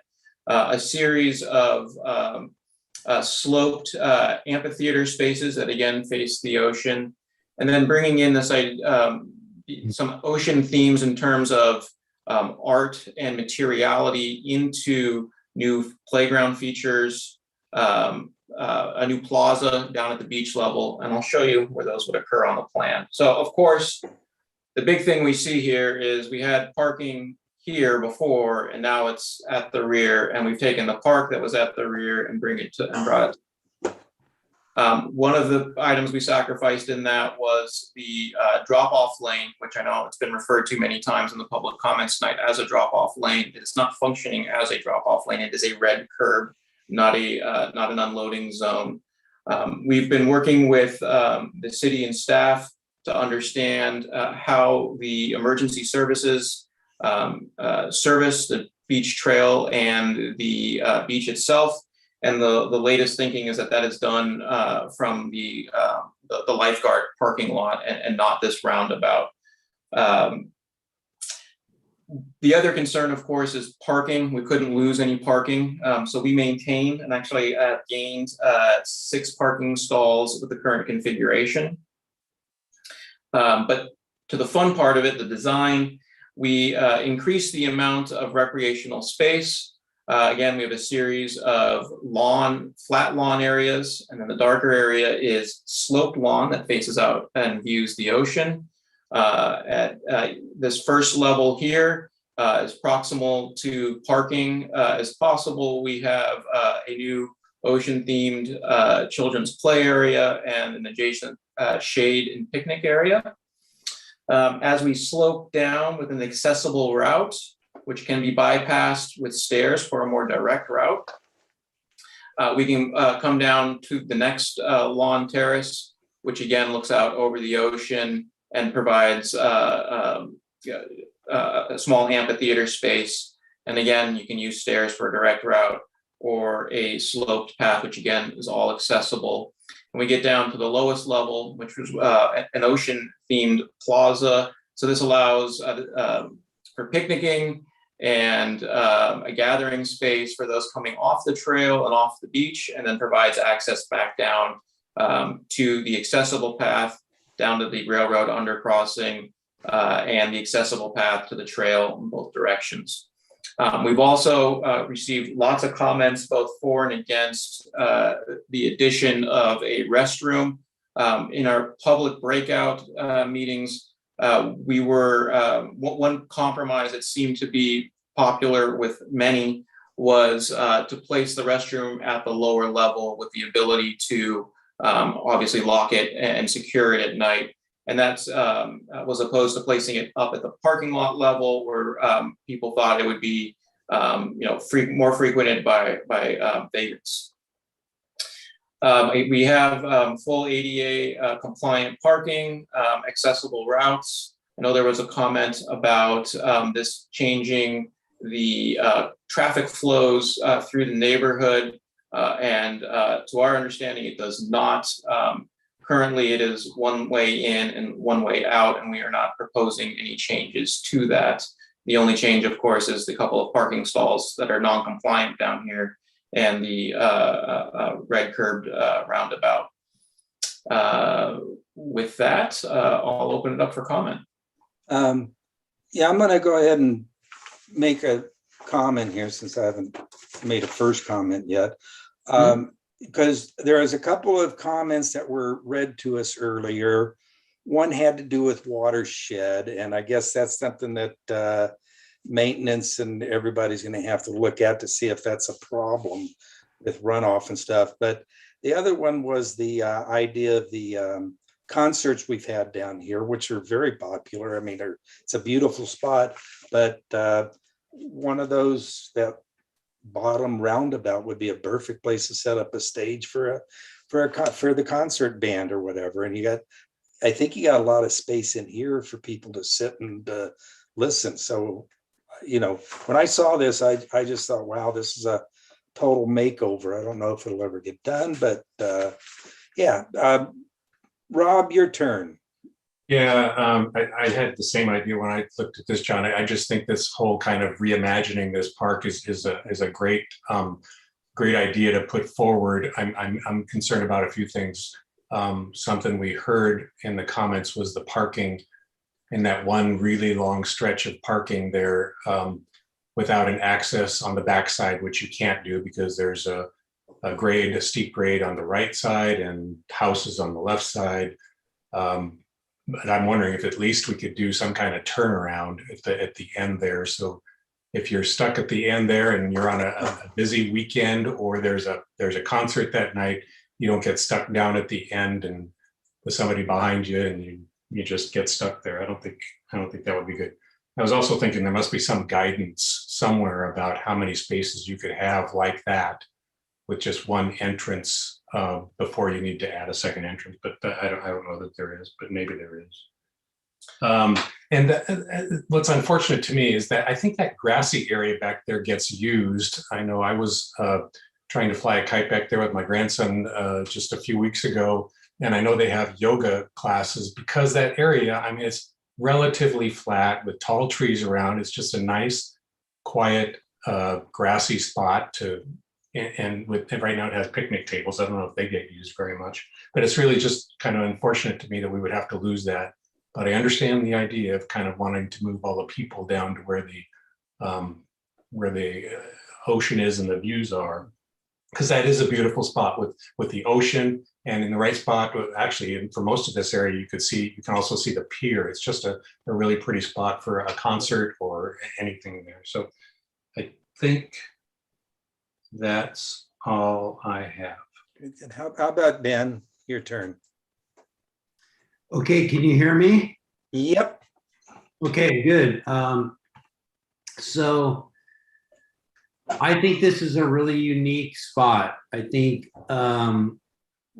it's an area that I've been to, and like many times, but it's not like an area I go to because it's interesting. I think part of the consternation that I have about this particular location on the coast is because it really has been pretty inaccessible. And I think the consultant has a really spot on,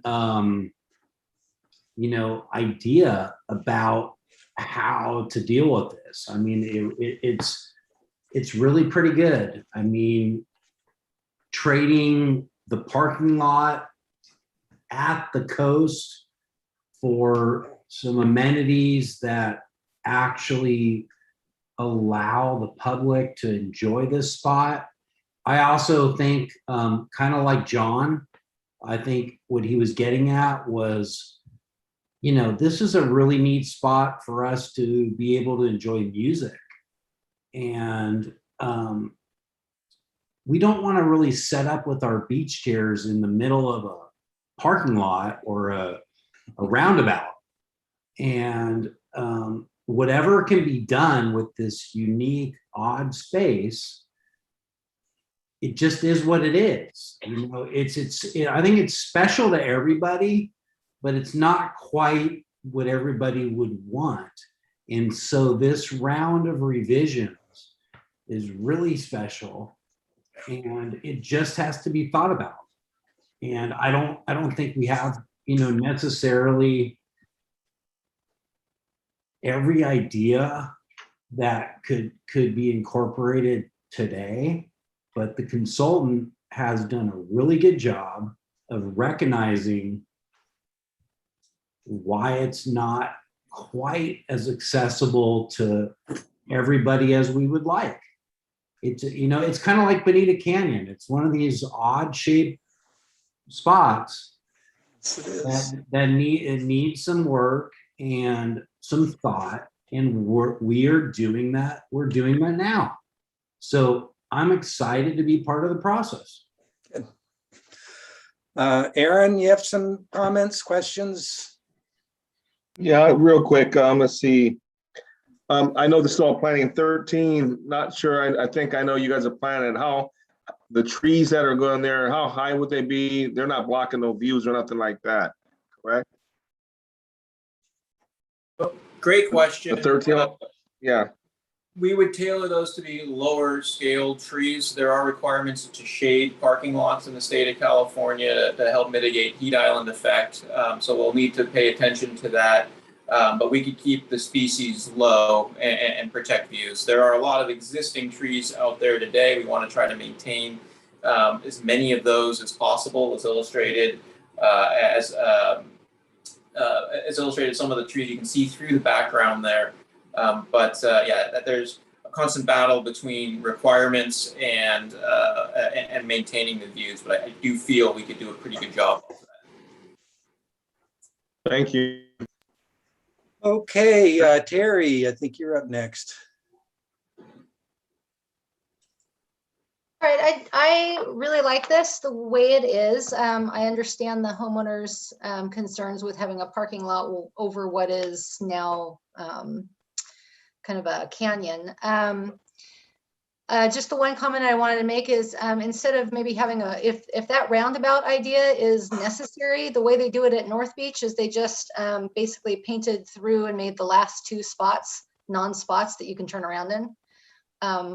It might be able to preserve some of the parking lot if you guys were to move forward with the plan as is. That's all I got. Okay, Jareen, your turn.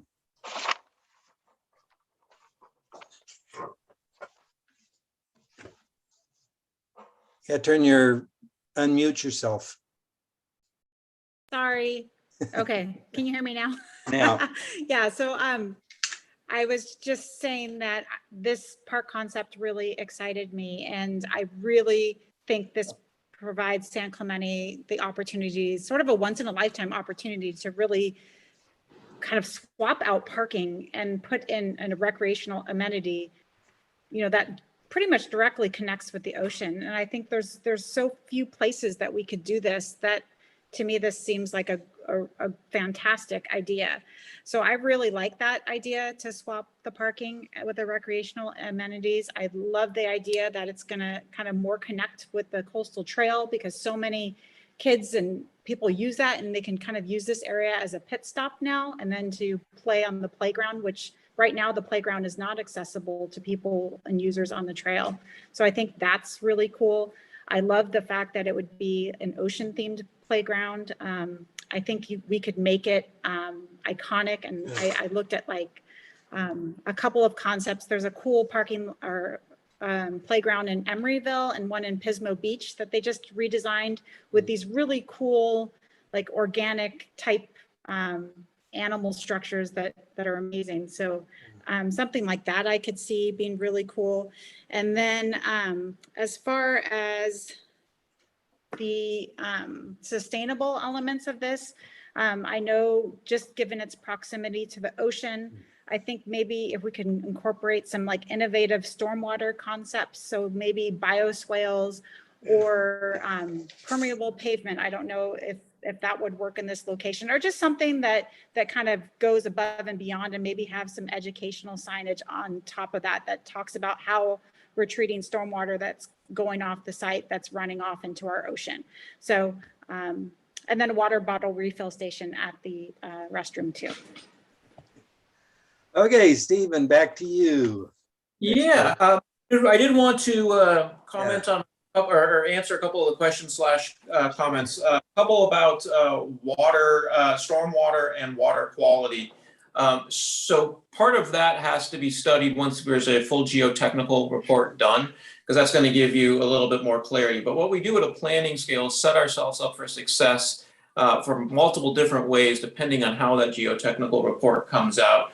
So when you flip the hard surfaces further away from the ocean and have more soft, permeable, green, possible locations for bioswales and those kind of elements closer to the ocean, it allows us to utilize more of the best practices out there and likely create much better water quality as an output into the ocean. Again, a lot of that still depends on what we find in geotechnical reports as we get into construction drawings and items like that.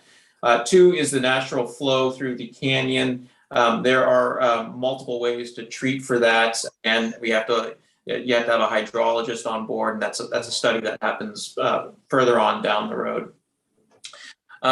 The parking as it's currently shown would require a variance from the Orange County Fire Authority. That said, Plan B requires an 80-foot diameter turnaround at the end, which we may decide to do just from a ease of navigating. And that would likely eat up a couple of stalls here at the end, but there is the room to do that. And we are in surplus, again, of parking spaces, so we should still be able to meet the requirement of maintaining the same amount of parking, regardless of if we get the variance or if we do not. And then the concert comments, that was one of the things that was kept in the back of our minds. We were designing this. Any one of these spaces, and for that matter, if you put a stage here, you could be viewed from the other spaces. I think this actually creates a better space to hold concerts in the park. And then finally, accessibility. I hit that over the head a couple of times, but I just want to make sure everyone understands what's out there today is not accessible from an Americans with Disabilities Act and California Building Code standpoint, and what we are proposing is, and would also allow for things like strollers and wheeled vehicles to easily get down to the beach itself. All right, next park, San Luis Rey. Again, aerial and some photographs off to the right of the existing facilities. Turf area, playground, what was a lawn bowling facility, and then tennis courts. Again, our famous slope model. The majority of this park is set up well for active and passive recreation.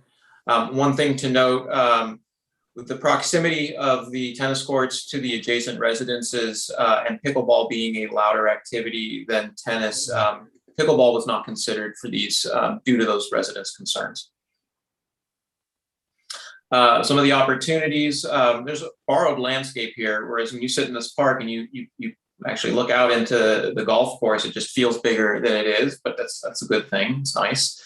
There's an existing restroom facility, and again, I think it needs some upgrades. There's a lot of beautiful trees that are existing, and there's a playground that's in fair condition. Some of the constraints, size precluded some of the program elements requested in our public outreach. The lawn bowling facility is in disrepair right now and needs to be reused for something else. Public comments for the park was that they like the eclectic nature of their neighborhood, the artistic components to the neighborhood, wanted to see those ideas of art and the surf culture brought into their park. Also, there were several requests for a dog park. So some of the concept imagery for the park space itself, you'll see that the park is anchored by a new plaza that we feel is really a canvas for surf art and that kind of surf culture artwork that some of the residents asked for. And we'll get into that a little bit more. We did add a small dog park. And then we are trying, this is more of a neighborhood park. We want to create a neighborhood gathering space, and we've done that in 2 ways. So here's the new plan.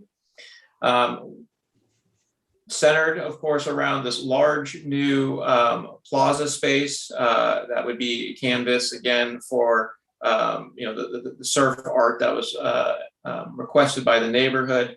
Would act as the center point for the playground. Either new playground facilities or maintaining some of the existing, or a combination of both. The large painted plaza could house things like children's games like Foursquare, small bike tracks for kids on tricycles to follow, and still have that that art layer placed over it. We proposed reusing the existing storage facility, creating a shade structure, and creating a large community table that could sit or seat upwards of 30, 40 people. So the whole community can come together, the whole neighborhood can come together for meals. We still maintain the large turf area. It's a different shape, but roughly the same size. Try to maintain as many of the existing trees as possible. I think we maintained almost all of them. And then we've got another smaller turf area, and inside of that is a dog park. I think there were some comments about providing a small and large dog park. This facility itself, this park isn't large enough to house both. But this would be a fenced-in facility to make sure the dogs and children are separate and there's a safe environment. The existing tennis courts would remain in place. So this park is, about art and community. With that, I'll open it up to comment.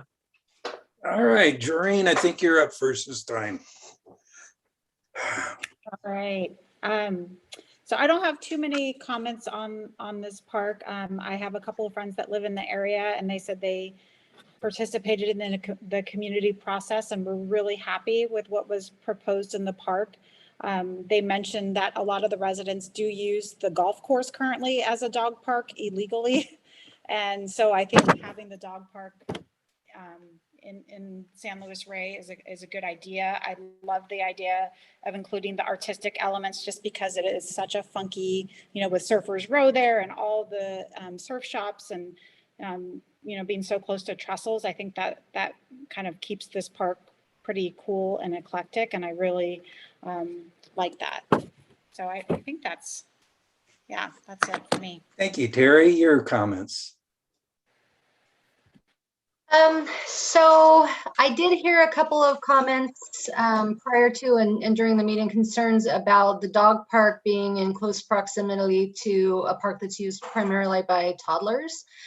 And I'm wondering, I have a question for maybe Samantha. How much utilization of those tennis courts happens with 4 of them there? Yeah, that's a good question. So all 4 tennis courts vary in use, but based on the time of the day. So, and we see this at all of our, whether it's a field or a basketball court or a pickleball court, your heavy tennis play is going to be early in the morning prior to 10 a.m. And then there's a bit of a lull, if you can imagine, up until about 3 p.m. where you see an uptick in another group of folks coming into play, whether that's through lessons or youth play. And then you get into the evening hours where you have folks that are getting off work and utilizing the courts up until 8 or 9 o'clock at night. So there's a pause, as there normally is with many of our courts in the middle of the day for the tennis courts. All 4 of them are used. This is a really beloved area for the tennis folks in San Clemente because it does have the 4 consecutive courts. And as John Vanderick was referencing, we tested pickleball here. It did not work for a number of reasons, including the noise as well. So this is really tennis's special area in town with the 4 courts. Okay, so no touching. I wouldn't recommend it, but okay. Just curious. I have never played tennis down there. So maybe one other suggestion is the area that right now is for the dog park. What if you could do number 2 and make that kind of a large half of the dog park and the other one the small half, like or flip-flop it around so the big part of the dog park is away from the playground area a little bit more? Just a suggestion. Sure. It is doable. When we add something, we're taking something away. So we were told that from our public outreach that the turf areas were used, and we could remove some of it. Those in the public who are listening, if they want to send comment, we'll see which direction we go. Could we maybe put a little bit of turf lawn over in the community green? So this is all turf lawn here already. Okay. And the combination of this space and this space roughly equals what's there today in terms of turf. So if we were to remove this, we'd have slightly less turf than what's there today. Okay. Right. Totally. And the last comment is I golf that course very regularly, and the bathroom is I've come up on some illegal activity and undesirable activity a couple of times. Just note. Aaron, your turn.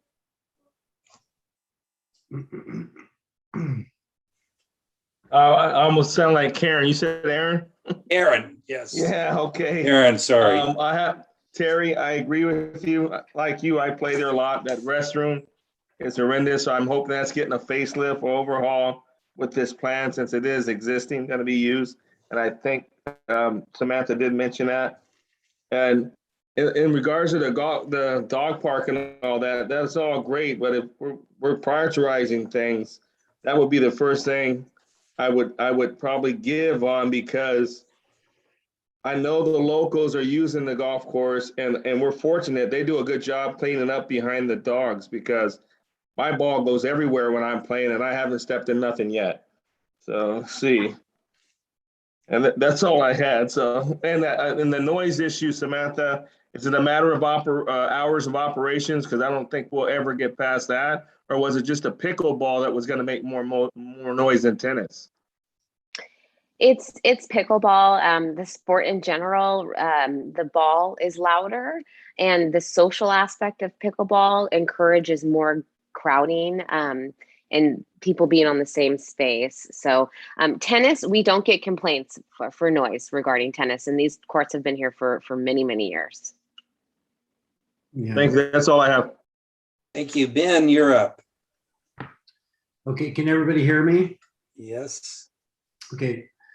I echo some of the sentiments for sure of Joreen and Terry and Aaron.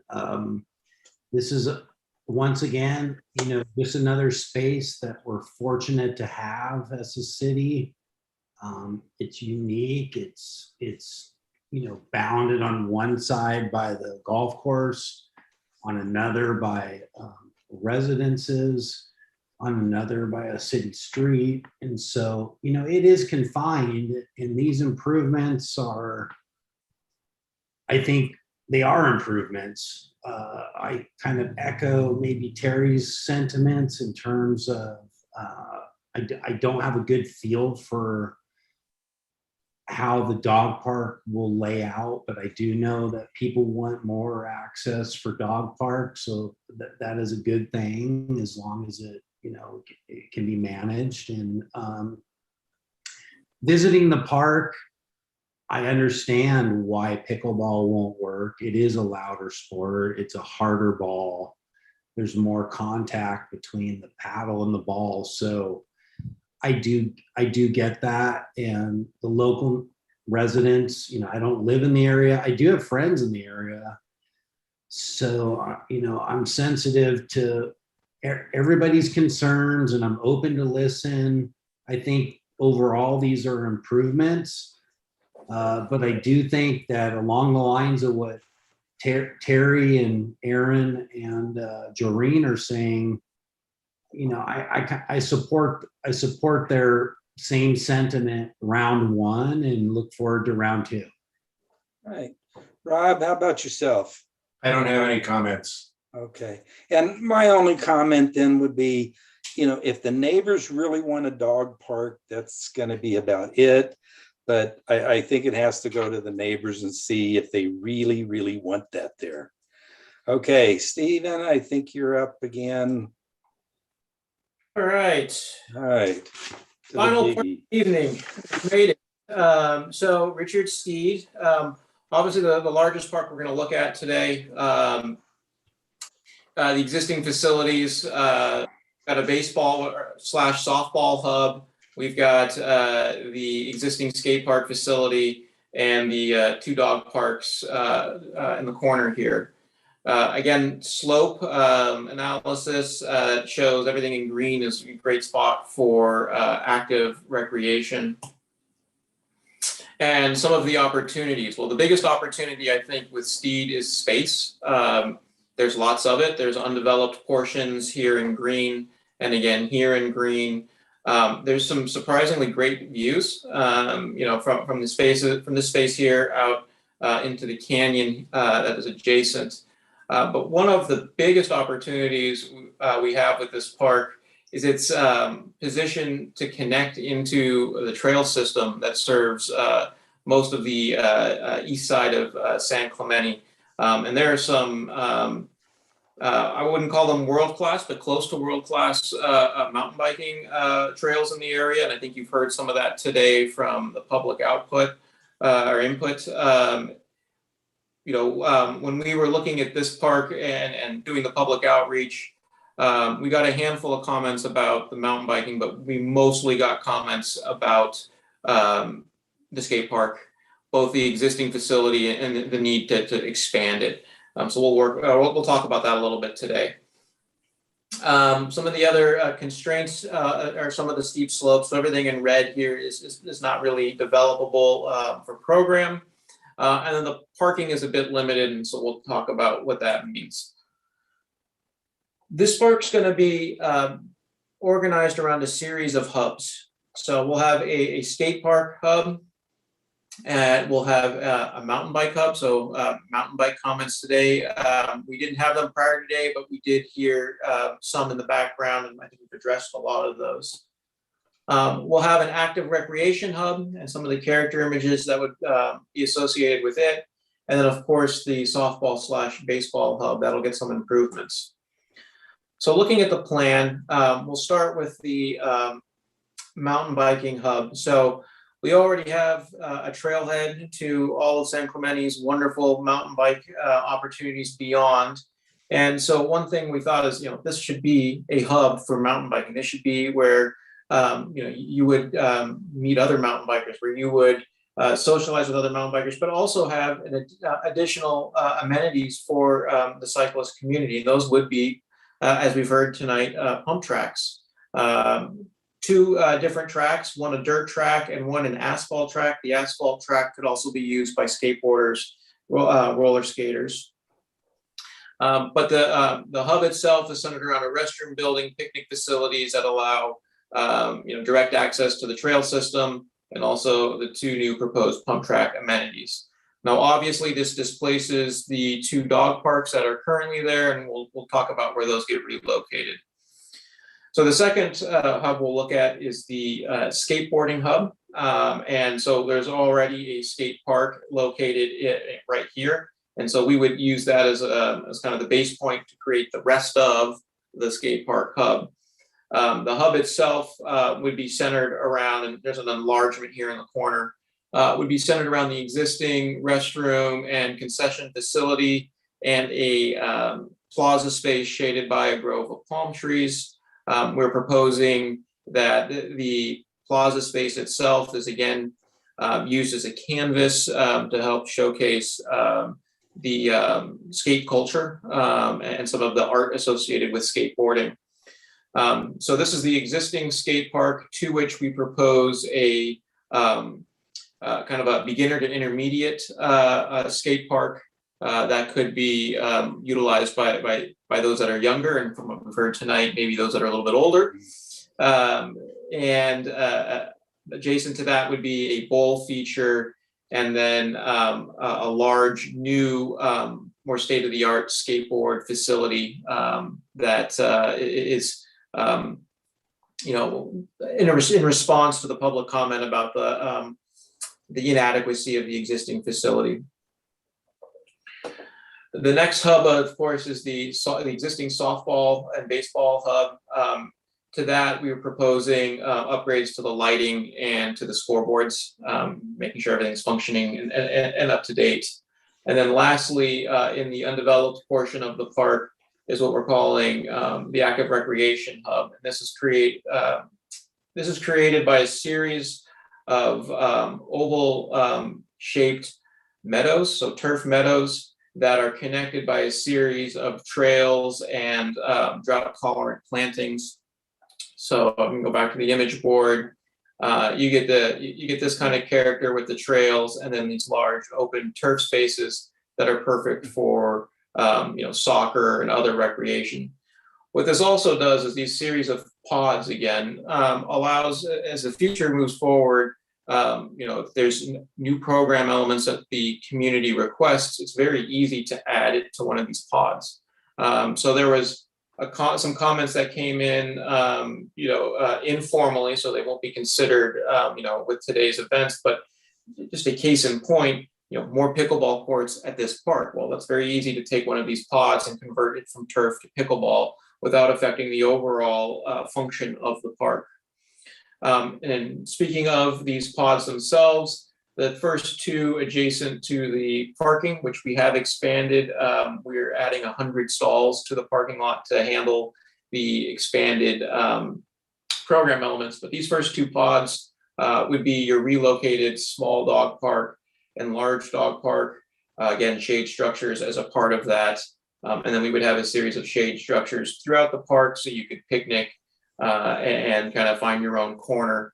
And then lastly, the scenic overview, which the existing grading we're trying to utilize as much as possible so that it's not a large expense for the city to regrade the site. And whoever graded it last time tailor-made this spot for a beautiful view from that location. So with that, I'll open it up to comment. So I'm going to make a first comments here. I mean, I'm sure all the skateboard people will be excited to get this new improved bigger skate area. Your bike things over here, the one of the problems because I've dealt with it for several years now on is e-bikes, and I know when e-bikes think that they should go anywhere a bike should go, but I mean, this shouldn't be anywhere where an e-bike can go, is it? From what we do for a living, I'm not sure I get to make those calls, but I hear what you're saying. I think that's operational and origin related. Right. I would say great. I'm going for it, but that's something that's going to have to be worked out down the road. Anyway, John's right about that. He's right about that because you're talking about two basically completely different types of bikes and different styles of bike riding. Yeah. And he's not wrong about that. But we don't have to talk about that right now. No, we don't. I just bring it up because it's going to come up sometime in the future. Anyway, Rob, how about you making your comments? Yeah, just that area, that new area that's opened up, all those number ones there.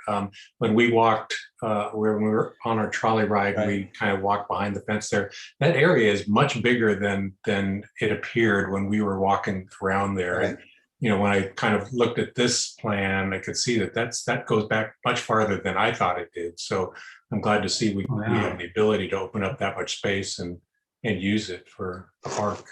Wow. That number one, I think you mentioned, Stephen, that the rectangle that's out there is a possibility of using one of those spaces for soccer or something, some kind of ball field. Correct. Any one of those spaces could be used for a ball field. The soccer field that's ghosted in there, the largest of the ovals, is just shy of professional regulation size. Okay. It's okay. Ben, yeah. That's it. Oh, I'm sorry. You say Ben? Rob, did you have something else? No, I'm done. Okay. Ben, do you have something else? Yeah, for sure. Okay. This is a really neat park. It's unique in the sense that it's like stuck in the far corner of our city, but it is well used. And I've used it many times over the years. I've been involved in adult league softball. My kids have played out here. I've gone to the skate park many times. And it is amazing to me that we have all this space, currently part of basically just a yard to store equipment. And it is an amazing amenity. What I would say, number one, is let's not forget about the fields that are already there. Let's make those world-class as the way we maintain them, because we have, and my kids don't play baseball. We're a soccer family, but I have a lot of baseball friends. They would love, if you look at it from the aerial perspective, and I'm a geologist, an attorney, I look at a lot of aerial photographs. From an aerial perspective, it's a beautiful facility because we have a symmetric, we have a pie of 4 really nice fields. Those fields should be epic. And then everything that we do apart from that should be epic too. And it would be really nice, whether it's location number 1 here or it's eventually at Hermosa, where we have one really nice grass soccer field in the city that you don't get to use it just because you're part of AYSO or some certain club. It's a special field. It's a grass field. It's important to play on grass. And I would love to see a beautiful grass field develop that's taken care of and is nourished for the high school teams and the very best club teams, and we can attract tournaments. And I feel passionately about this because I am a soccer player and I love this park. And I feel, I've already mentioned earlier in tonight, I don't need to rehash my comments about pump tracks and skate tracks. I think it just needs to be accessible to more people. I think it needs to be less gnarly. I think we don't need to have, 6 inches or a foot of vertical in our only skate park. We need to have roll-ins. We need to have pump tracks. I didn't realize that there was such a big bike community that wants pump tracks, but I hear it loud and clear. And I'll jump on board with that too. But I do think there needs to be pump tracks for skateboarders too, and little kids that can just learn to kind of feel what it's like to be on a wave without being in the ocean. And that's San Clemente. Okay. Aaron, you're up. Okay, I echo what Ben said. Definitely, I see the plan. I see all that grassy area out there, and I just imagine.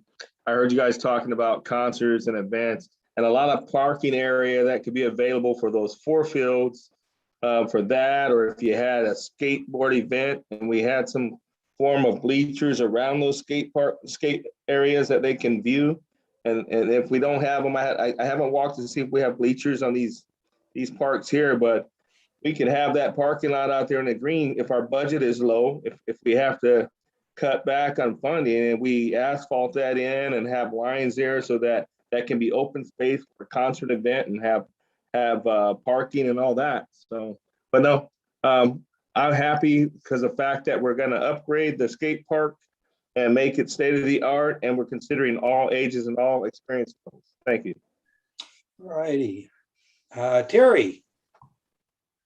So first of all, I love this park. Everybody that I have talked to about this park loves what the proposition is. So I'm not going to belittle anything or comment on anything. I love it as is. Good, good. And Joreen, I think you're last person to make a comment tonight. Yeah, thank you, John. So I have a couple of things. So the skate park, I think, is a fantastic idea. I mean, look like we're doubling the size of it. We're adding a youth park. One thing I didn't see in there was any sort of picnic area or like birthday party locations, just because I know I've had my son's birthday parties there and there's really not a lot of space to even do anything. And given the fact that it's going to be such an amazing amenity, I can guarantee you every kid's going to want to have their birthday party there. So if there's a way to incorporate tables or things like that where people could rent out the space for birthdays, I think that would be a really great addition to the skate park area. The second thing was in the baseball, just because we are a baseball family, all 3 of my boys play. We're there for tournaments all the time at Steed. The home plates are missing. So you see how close all the fields are together, and the foul balls from over home plate, they just are constantly going up and over and hitting people in the stands viewing. So if there could be something to put up netting for the foul balls behind home plate, that would be really cool. I heard so much from the public tonight about the pump tracks and the mountain bike feature that we're proposing. I think it's fantastic.